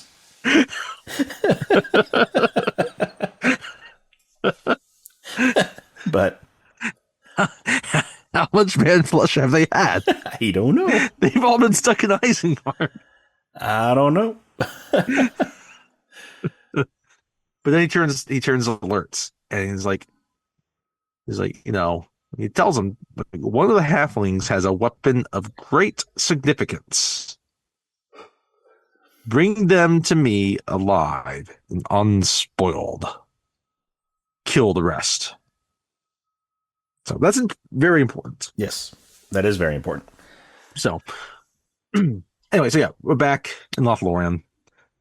And yeah, And Celeborn's given Celeborn is given the knife gave to Aragorn the rundown, right? Now Galadriel is meeting with all of them. Yeah, she's meeting with each of them individually. Well, they're all standing there, and the sort one of in thing, a line, and she's going this down first the line. line. We do see them in the line in the movie where they get clad with these cloaks, right? Now we get to these see elvish cloaks. We get to see the awesomeness of these cloaks in Two Towers, right? Yes. And we see that these little, this leaf is like the brooch that kind of ties the cloak together up at the neck, right? Yeah. But then we go further into what happens. There are gifts. So she goes to each member of the fellowship to give them gifts. And the first one is Legolas. The first one is Legolas. She gives him a new bow made from wood from the trees of Lothlorien. It's a fancy bow. It's got some nice elvish scroll work on it. Legolas, he loves this. He's stroking it and he's already kind of testing he's it. Like, my precious. He doesn't have his mom there saying, "You're shoot your eye out." But he's like, I've always wanted a big boy bow. I finally got one. Then she goes to Merry and Pippin. And she gives them each a belt with an elvish dagger. Yes. I've already seen battle. Yes, the daggers have already seen battle. Who have they killed? Who have they killed? Then she goes to Boromir, who she doesn't have anything for. She's just like, hey, dude, I got nothing. Sorry. I'm trying to take the ring. Oh, sorry. I got nothing for you. You're just a little bitch from Gondor. Maybe if she gave him a gift, the movie would have turned out very differently. Maybe. But he's like, oh, that's okay. I don't need anything. I met your dad once. He wasn't very likable. He just chowed down on chicken and grape tomatoes. Yeah. But yeah, so doesn't give Boromir anything. But then she goes to Gimli. Well, we know. Before Gimli, she goes. Sam. Yes, she goes to Sam. Gives Sam. Maybe she goes to Boromir after Sam. Yeah, I think it's Sam. It's Sam directly after. Sam after marrying Pippin. Because she gives him elven rope. And he's like, you got one of those shiny daggers? You got one of those shiny daggers? Even though in the book, Galadriel doesn't give him the rope. No. One of the other elves gives him the rope. One of the elves in the boat. She actually gives him. But she gives him actually a earth seed from Lothlorien. With a seed for one of the Lorien trees. Yes, which is a prominent part of the very end of the Return of the King. Yes. Which you don't get into in the actual movie. But yeah, she actually gives him like seed and earth from Lothlorien. Yeah. Which makes sense that he's a gardener. Yeah. But someone else gives him the rope. In the movie, she gives him the rope. And then she moves on to... Then it's Boromir. She doesn't give him anything. And then it's Gimli. She asks Gimli what he wants. So it's just like, what would a dwarf want from an elf? This is right after denying anything to Boromir. It's like, you don't even get to choose. You just don't get anything. And she goes to Gimli. Hey, Gimli, what do you want?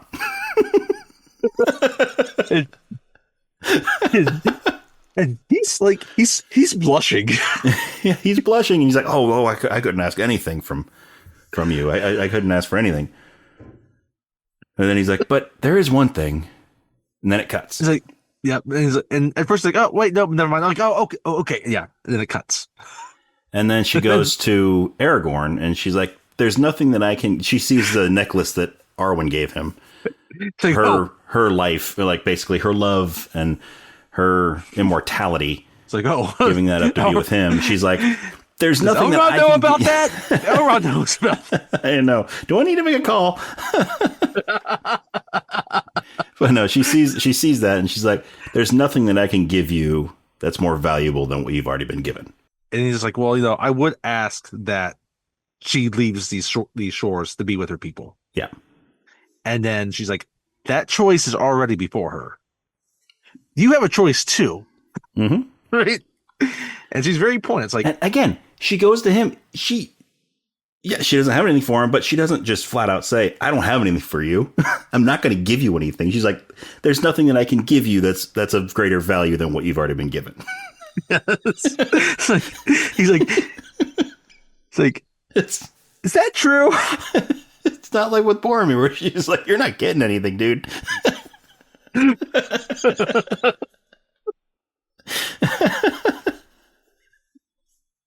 But yeah, they had the conversation. It's like, yeah, no, you have a choice too, just like Arwen, right?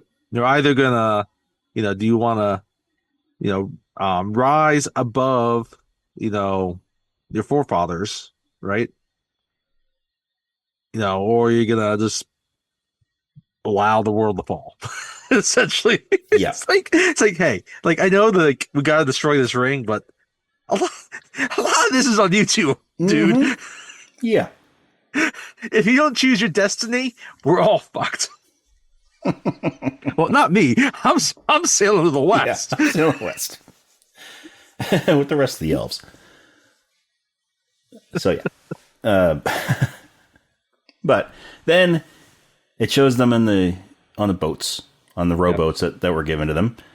And there's 3 rowboats. There's 3 rowboats, and Legolas Aragorn is taking Gimli, Frodo and Sam. Yeah. Then Legolas and Gimli are in one. Yep, and then Boromir is taking the other with Merry and Pippin. I guess Sam, yeah, right, yeah. So 3, and 2.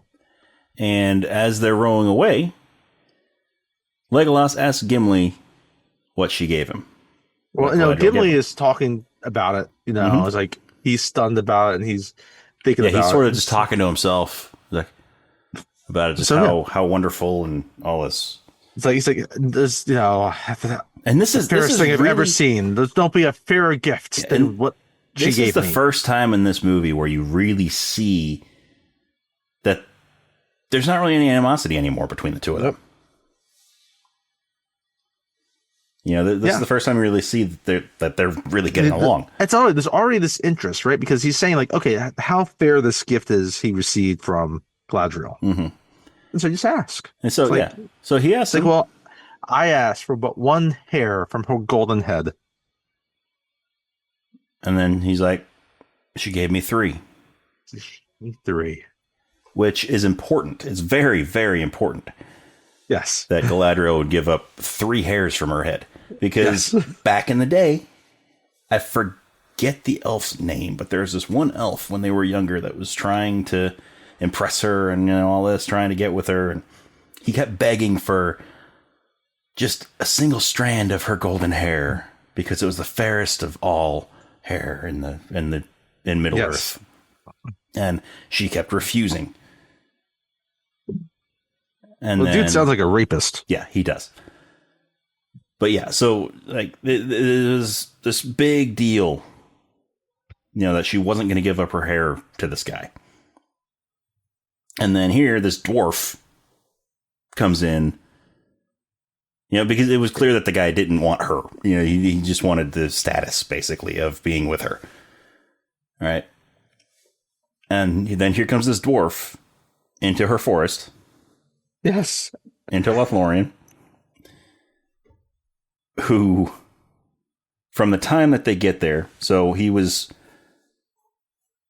kind of, he was showing his, dwarfness coming in, not really respecting the elves all that much, not really doing a whole lot, not really thinking very highly of the elves.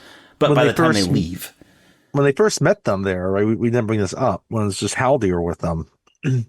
Haldir's just, it's like, we haven't dealt with the dwarves since the dark times. Mm-hmm. Yeah. And then Gimli responds in Dwarvish with this big insult. Yeah. Like, we don't get the subtitle. Oh, yeah. So everyone just looks at him like, yeah, that was most unkind. That was most non-triumphant. And you can see Haldir looking at him. Like, looks like he's ready to decapitate the dwarf. Yeah. So you get Gimli coming in like that. And by the time he's leaving, his perspective is completely changed. He views these elves as so differently. The most beautiful creatures he's ever seen. And I mean, that's the thing is like, even before he asked about the hair, like she asked him, like, what would a dwarf ask of an elf?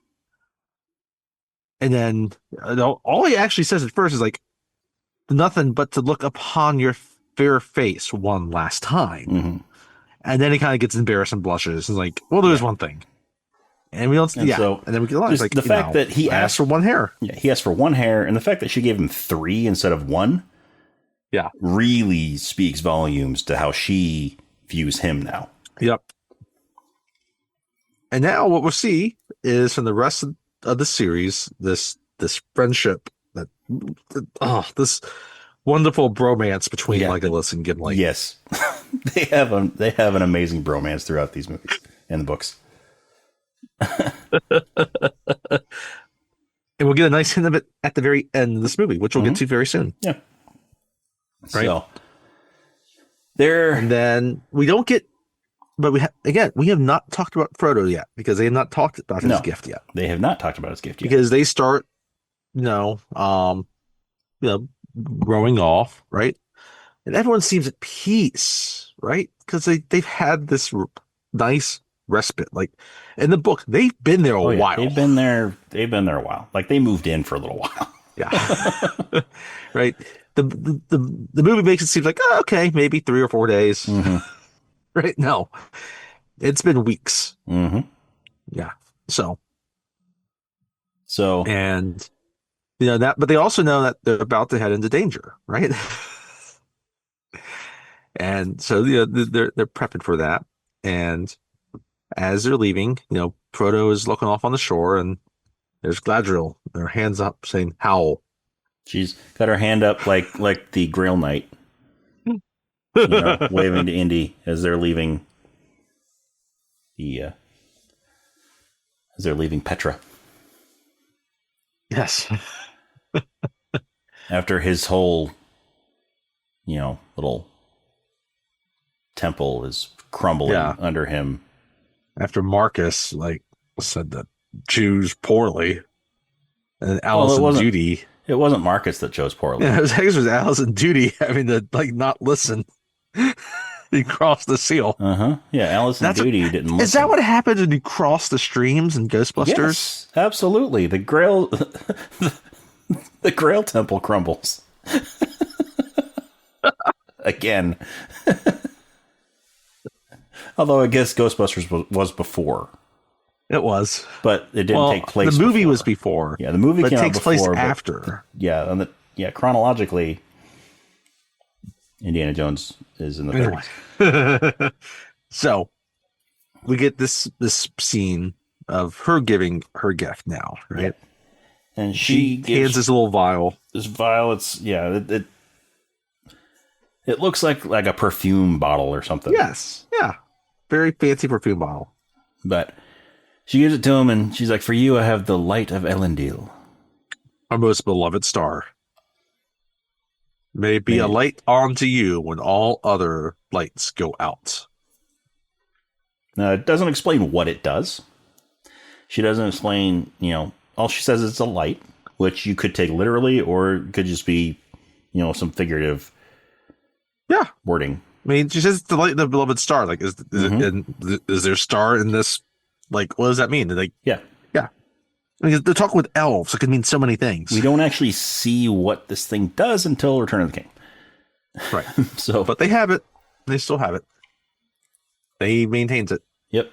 Safely. But, then again, it's Elvish, so it's probably fairly indestructible in case he actually bumps into rocks or something. Yeah, probably. Right? It's not like it's some plastic cereal toy. No. Like Legolas's old bow. So they go off. And we get scenes intercut with the York High traveling in the woods. Right? And they're sensing, Legolas at the times is kind of sensing that they're nearby. Mm-hmm. And they're going on, right? So they get to the end of an evening, right? And they're all kind of sitting there on the riverbank. And this little scene here, they're not over on the riverbank yet. They're still going down the river, and they look up, and just ahead are these two huge statues. No, before that, there's in the extended edition there's something else. Because the extended edition adds in a scene at night. Yeah, you're right? Because it's a long trip down the river. Yeah, so they camped out. And they camp out. And sorry, first we have Sam speaking to Frodo. Like, Frodo, I seen you, you're not sleeping, right? Like, you need to get some sleep. And Frodo's like, no, I can't sleep right now. Like, but you get some rest. Like, Frodo is thinking about how he has to leave. Like, he talked about Galadriel, right? Yeah. And he's gonna be alone. Then you have Boromir, and he's looking in the river, right? And he sees something moving on this log floating down the river. Mm-hmm. Aragorn sees him looking at it. It's like, oh, yeah, it's Gollum. He's been tracking us. Yeah. He's been tracking us since Moria. It's like, I would hope we would lose him on the water, but he's too clever of a waterman. Right? It's like, well, what if it's just about the enemy? Everyone's like, oh, I think we're beyond that at this too point. late for that. And so then they have another little conversation, kind of similar to the one earlier, but Boromir's more animated at this point, right? He's frustrated, right? And he's like, why don't we take the ring to Gondor? We can use it, we can regroup there and use it against the enemy. And Aragorn just says point blank, I would not take the ring within 1,000 leagues of your city. Yeah. Just he's not sugarcoating it. And Boromir's like, why do you have so little faith in your people? And our people. He says our people. Yeah. Our people. And our people. Right? Because they're both from Gondor. Yep. They're both men. Right? That's it. So then they continue down the river. And they're going down. And then Aragorn taps Frodo on the shoulder. He's like, long have I desired to look upon the kings of old. And then this scene in the movies, I will never forget this the first time I saw this. Yeah. It is the music kind of comes up. And there's these two huge statues of kings. And they've both got one hand out. Yep. I'm just saying, and they're singing, "Stop in the name of love." Glad we were both going the same way. We both go to the same place. It's awesome.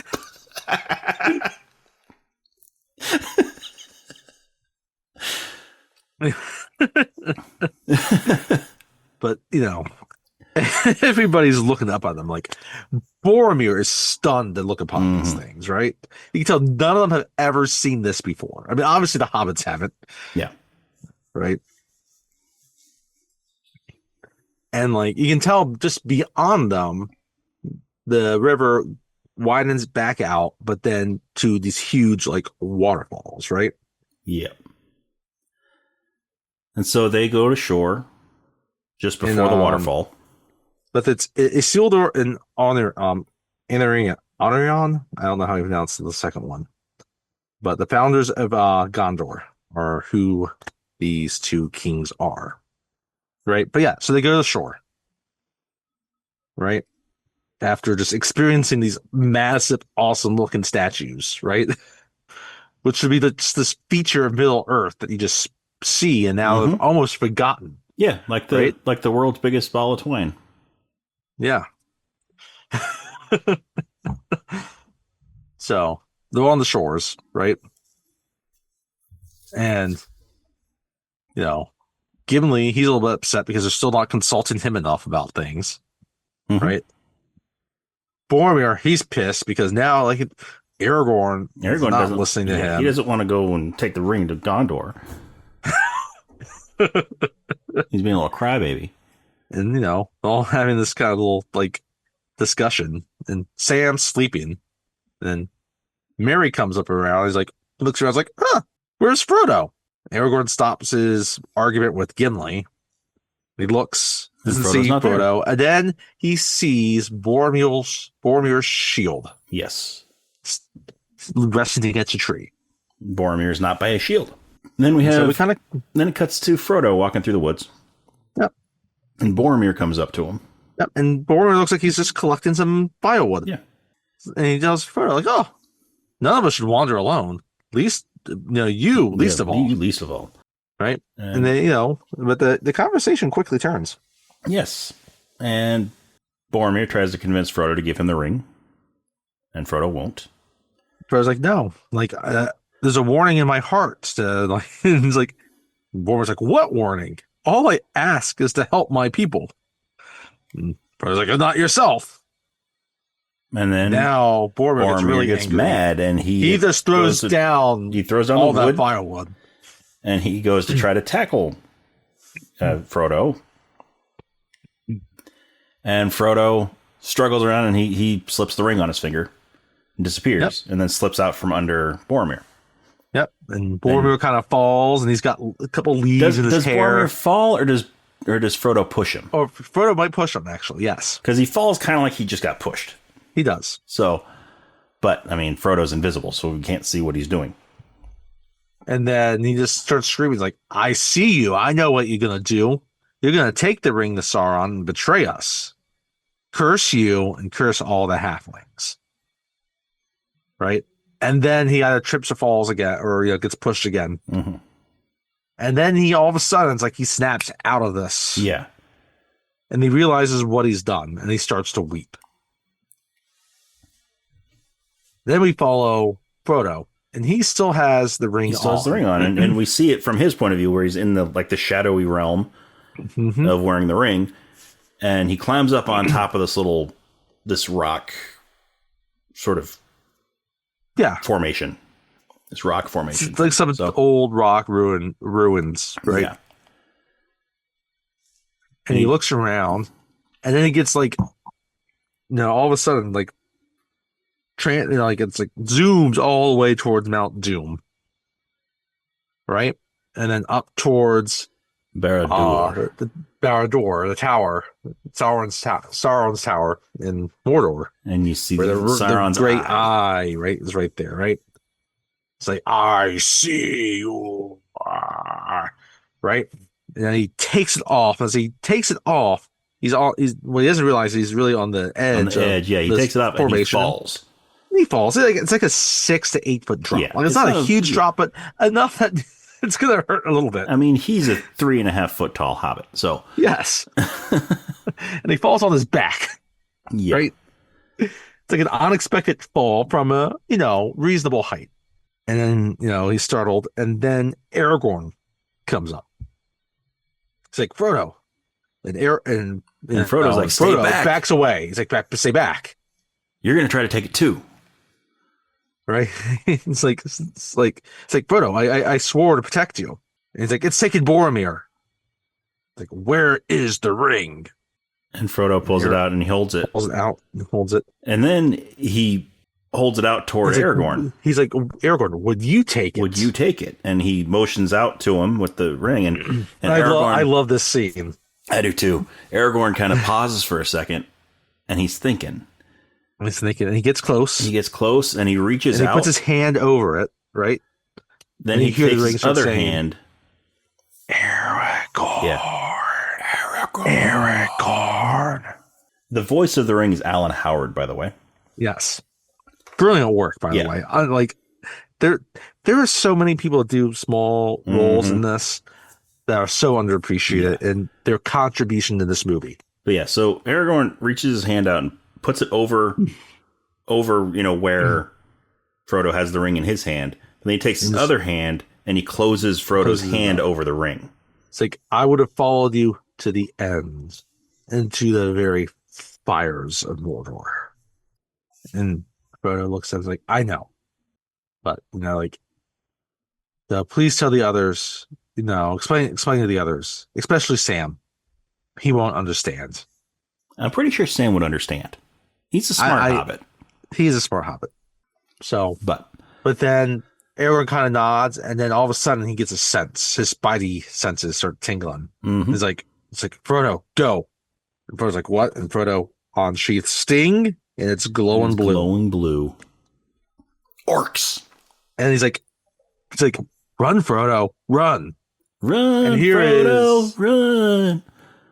Aragorn and all his badassery. Mm-hmm. There is a legion of orcs. Not just orcs, but Uruk-hai. Him. It is, at this point, it is one person. Yeah. Aragorn. And he is taking these guys out. This sword, he holds it up as he starts to walk to them like they're nothing. He's like, I'm about to kill all of you. Yep. And he just starts hacking through all of them. And then he sees Lortz and he starts yelling out. It's like, find the halflings! Find them! Right? And that's when we get Legolas and Gimli. They join the fray. And Legolas starts shooting at people. And Gimli starts throwing his axes at some. And then he just pounding axes into others, right? Mm-hmm. We got this whole melee, right? Meanwhile, Frodo's running down the hill, right? And He's trying to get back to the river, but he has to hide behind like Yeah, this log, right? Yeah, he's hiding behind this log, and So he looks. actually, this tree, it's I guess, Merry and Pippin are Yeah. close to this tree, and So they're kind of yeah, behind Merry the and log, Pippin ran off to hide too, and they had just happened to be hiding right across from Frodo. right? And you just have a bunch of these York High. They're just running down straight down this hill. And they can't see them, right? So Because so Pippin calls out to Frodo. He's like, come on, let's go. And Frodo kind of just he just shakes his head. And then Pippin's like, what's Pippin's going like, on? And what's he Mary's doing? like, he's not coming with us. He's leaving. And Mary's Pippin's like, he's no! leaving. It's gotta come with us. And then Mary gets the idea that, they need to get these Uruk-hai off of Frodo's tail. Yep. So Mary jumps out from his hiding place, and he starts calling out to the Uruk-hai. And then Pippin tags along. He jumps out, and he starts yelling out to him.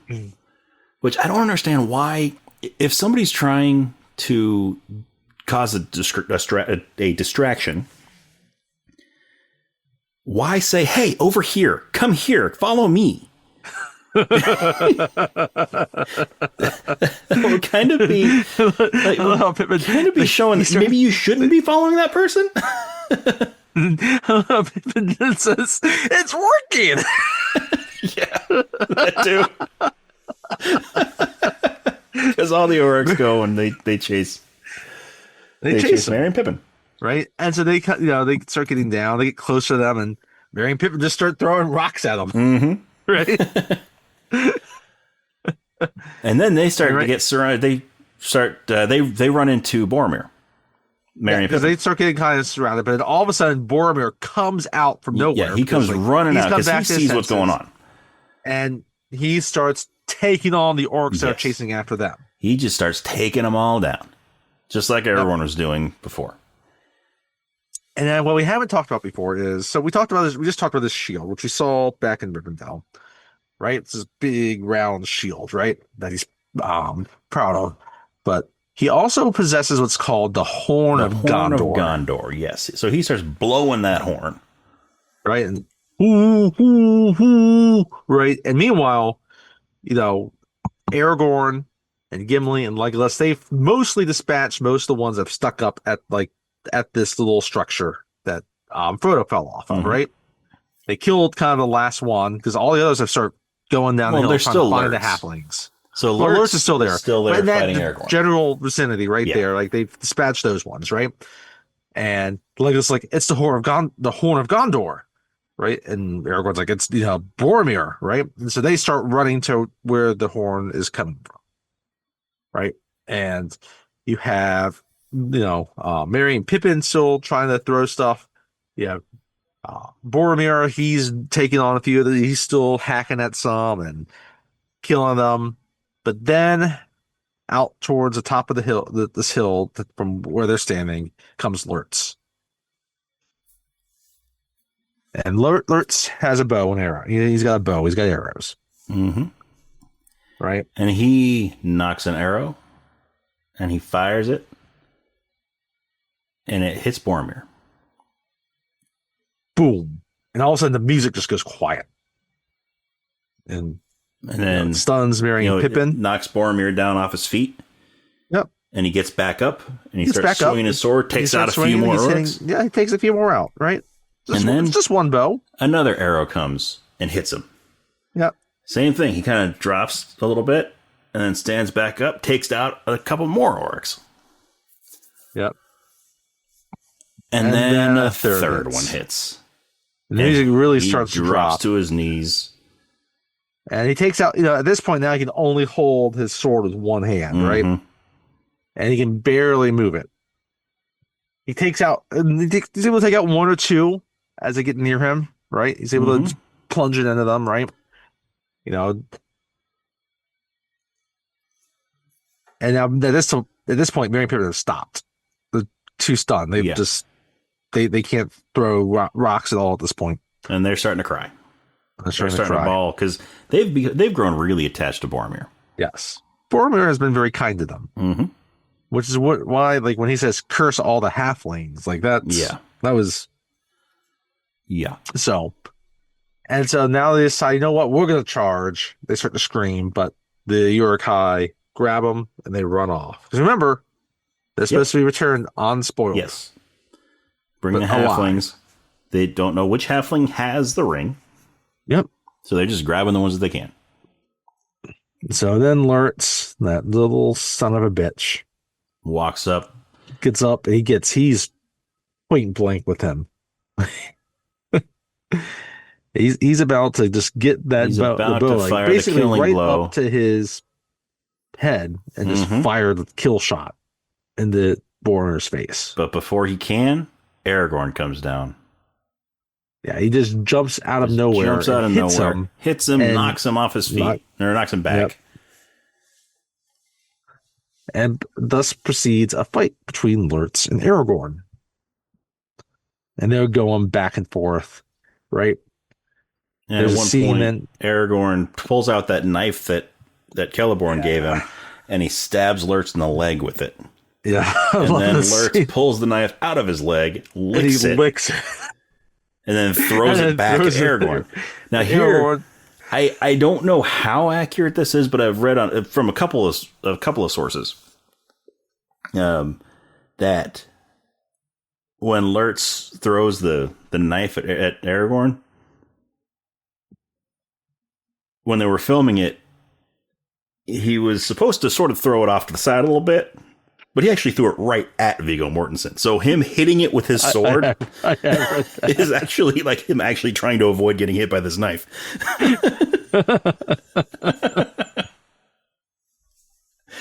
Right.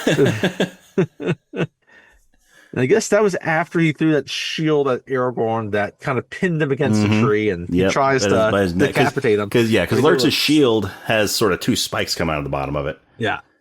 And so he pins Aragorn to the tree with those spikes are on either side of his neck. So, he can't really pull his head down through the hole because the shield is under his chin now. Yep. But Lurtz goes to get his sword, and he's going to swing it and decapitate Aragorn. But Aragorn's able to pull the shield out just enough for him to slip his head down. Yep. So they continue to fight just a little bit, and they keep just begging, they just keep clanging swords, and then finally Aragorn's finally just throw it straight into his gullet. Actually, first he chops off Lurtz's arm. Because Lurtz raises up his sword. He has one arm. Aragorn chops his arm off. That's what gives him the upper hand. He chops off his right arm. He chops off his arm, so it gives him the upper hand.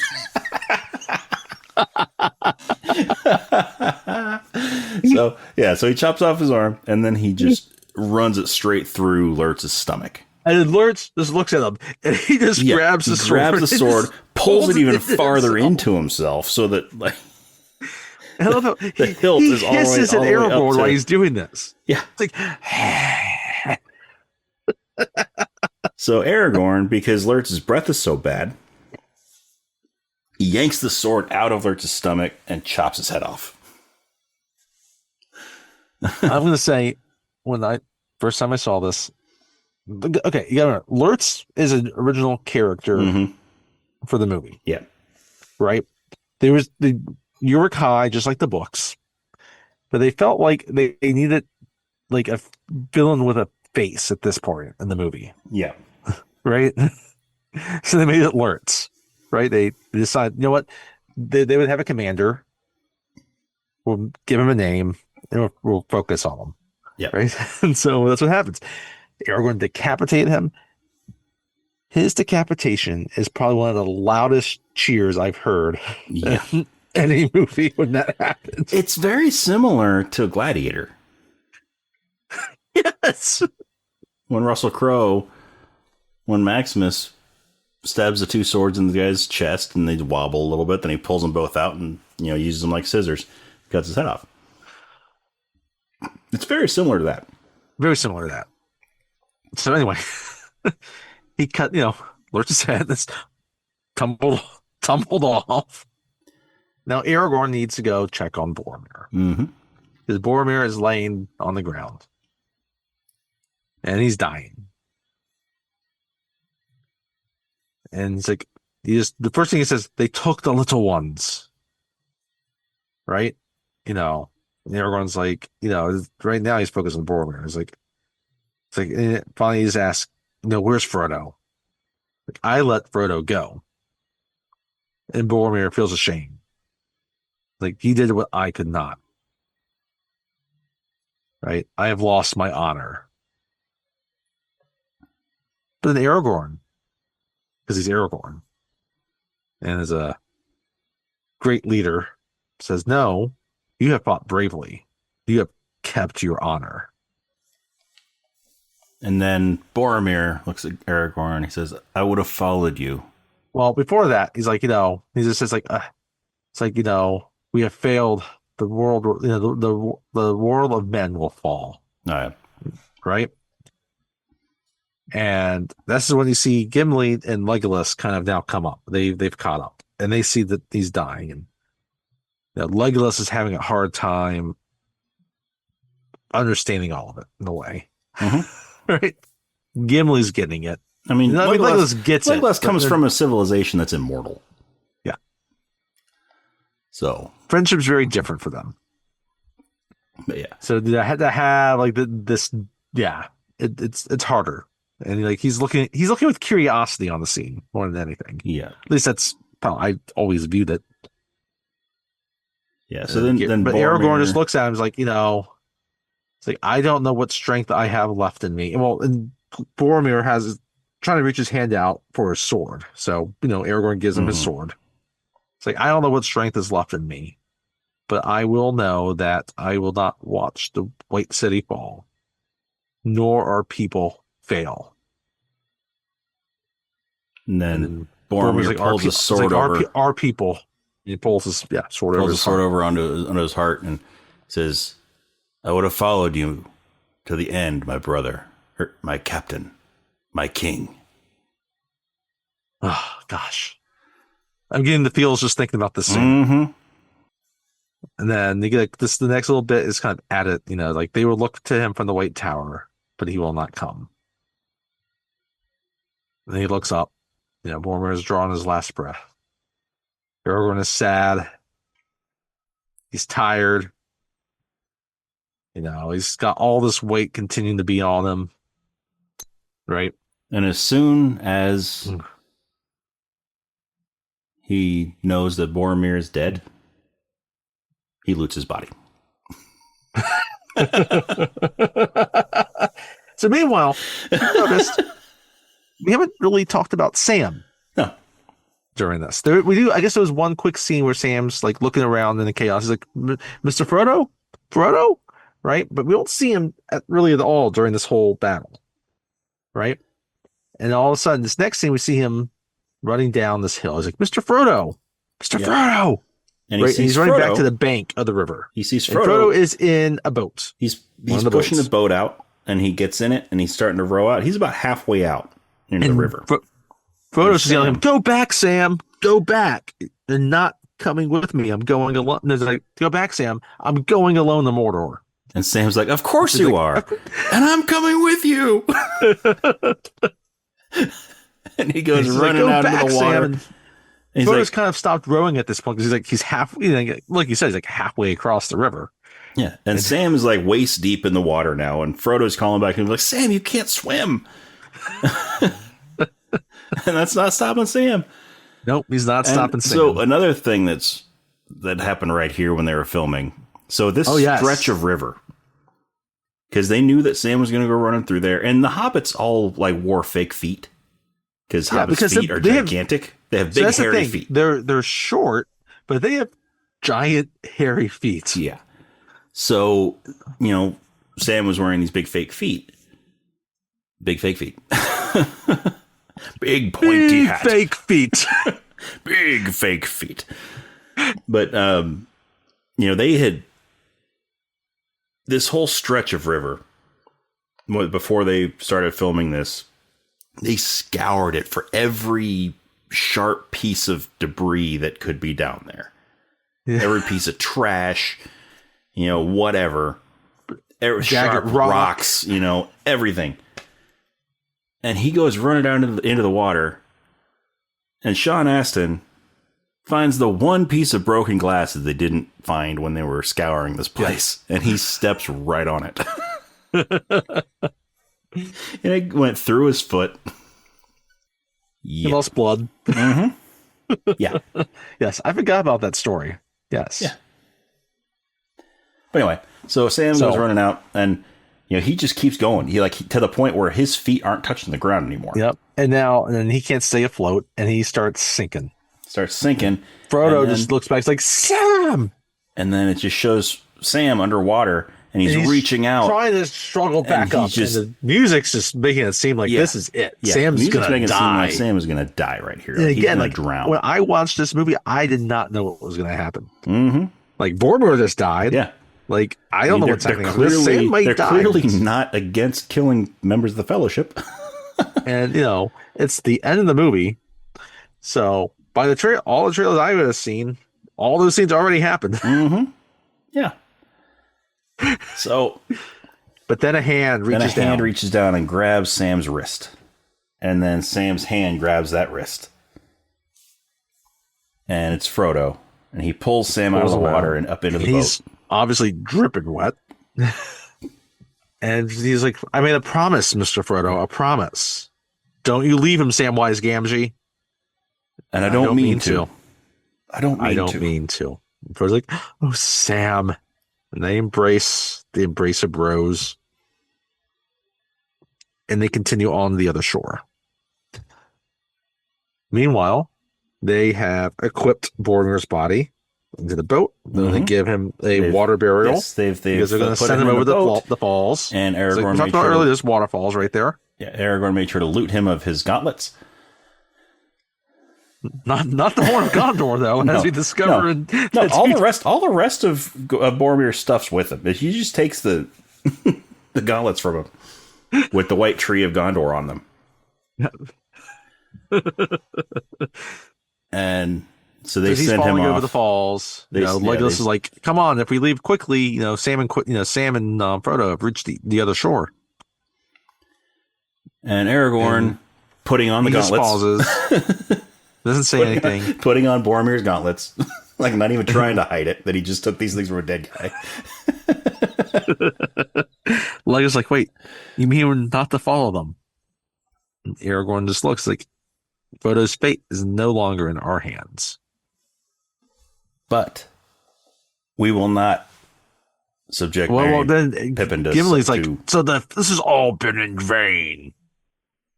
The Fellowship has failed."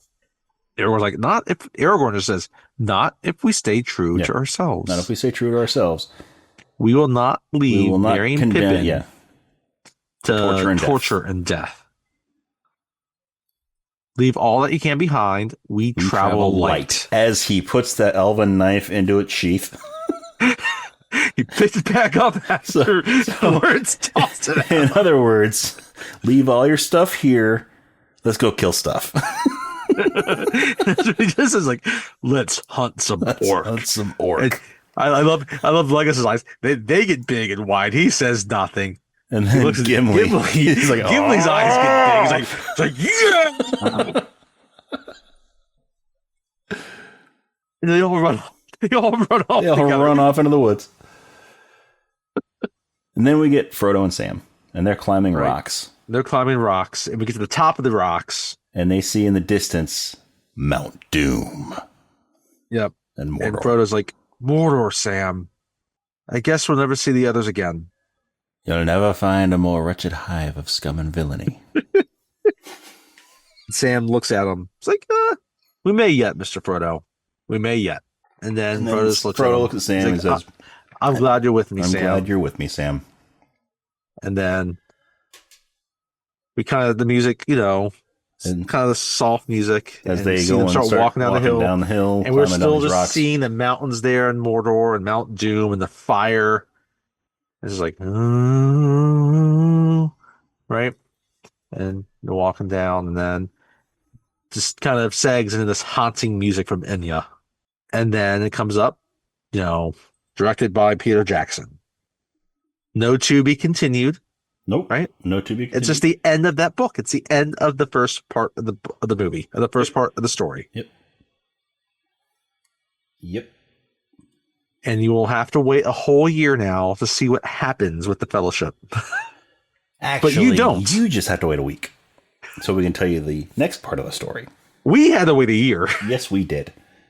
I mean, you kind of knew it. If you read the books, you kind of knew what happened. But yeah, we had to wait a year. I was ready to watch it again. By the time I saw the second one, by the time I saw the Two Towers, I had read all 3 books. There you go. But all I know is by the time that happens, like, I need to watch this again. Mm-hmm. Yeah. And I have not stopped watching it the last 24 years. Yeah. Yeah. Like, I watched it twice just before we did this episode. Just so we could do it. Extended cut. And, so yeah, the extended it was cut. like yes. almost 8 hours of viewing. Yes. And you know how long this episode is, Watching people. We split this into 2 for you. Yeah. So I could have made it longer. Sorry. we could have made it longer, but yeah, I think this is. We love these movies, and yes. I don't think I need to say a whole lot more because we're going to be talking about Two Towers soon. Yes, we're going to be talking about Two Towers next. We're going to be doing all of that too, and we'll talk about the lead up to Two Towers. Mm-hmm. But I just know after that, like, I needed to see it again. It's like I had to told my parents we had to go see it. You know, I saw it this, like you said, one time after school. Like, yeah, it's like, yeah, let's go see. Want to go see it? Why not? So, yeah, I just I love these movies, and yeah, they never get old for me. No, me neither. So. Yeah, they're right up there with Star Wars and Indiana Jones, Back to the Future, and all of my favorite trilogies of yore. And I'm very excited to discuss the extended edition of the Two Towers with you next week. So am I. We're going to have a good discussion on those. But, as always, if you enjoy what you're hearing, then go ahead and check us out on our social media. We're on Facebook and Instagram and Threads. It's Rob and Tony's Cinematic Adventure. The and is spelled out, A-N-D. It's not an ampersand like the name of the podcast. We're also on X or Twitter. That is R&T Cinematic. And we're also on Threads. Of course we're on Threads, but we're also on Letterboxd. So that is Cine Adventure or Cine Adventure. You can go CINE Adventure. You can go on there and check out our reviews that we have done on various movies. Some we've done on the podcast, some we haven't done. So we will do, some we won't do. And let us know what you think. You can shoot us an email at robandtonyscinematicadventure@gmail.com. Once again, the and is spelled out. A-N-D. It's not an ampersand like in the name of the podcast. But yeah, let us know what you thought. What you thought of The Lord of the Rings. The Fellowship of the Ring. Do you love these movies as much as we do? Do you not love them as much as we do? What are your thoughts? We want to hear from you. But anyway, we won't decapitate you. We won't. If you don't like these movies. No, we won't. Everybody's entitled to their own opinion on movies. We're not going to be turned into anything unnatural. No. We're not going to turn you into a newt. But yeah, everybody's entitled to their opinion. And we try to respect those opinions as much as we can. Even when they're wrong. But anyway, go ahead and go to our social media. Give us a like and a follow. Go to your favorite podcast app wherever you're listening to us. Hit that subscribe button. Give us a good rating and good review. That's how we move up in the rankings and the search and the recommendations, all that stuff. Because we want to be able to reach as many ears as we can. We do. Because we love talking about these movies, and we know that there are people out there that love listening to us talk about these movies and would like to someday maybe have a conversation with us about these movies. Mm-hmm. That is true. But anyway, we've already said what we're talking about next. We're going to be talking about The Two Towers, the extended version. Yes. And, yeah. Can't wait for that one. Yeah. It should be fun again. So, join us next time for The Two Towers, the extended version.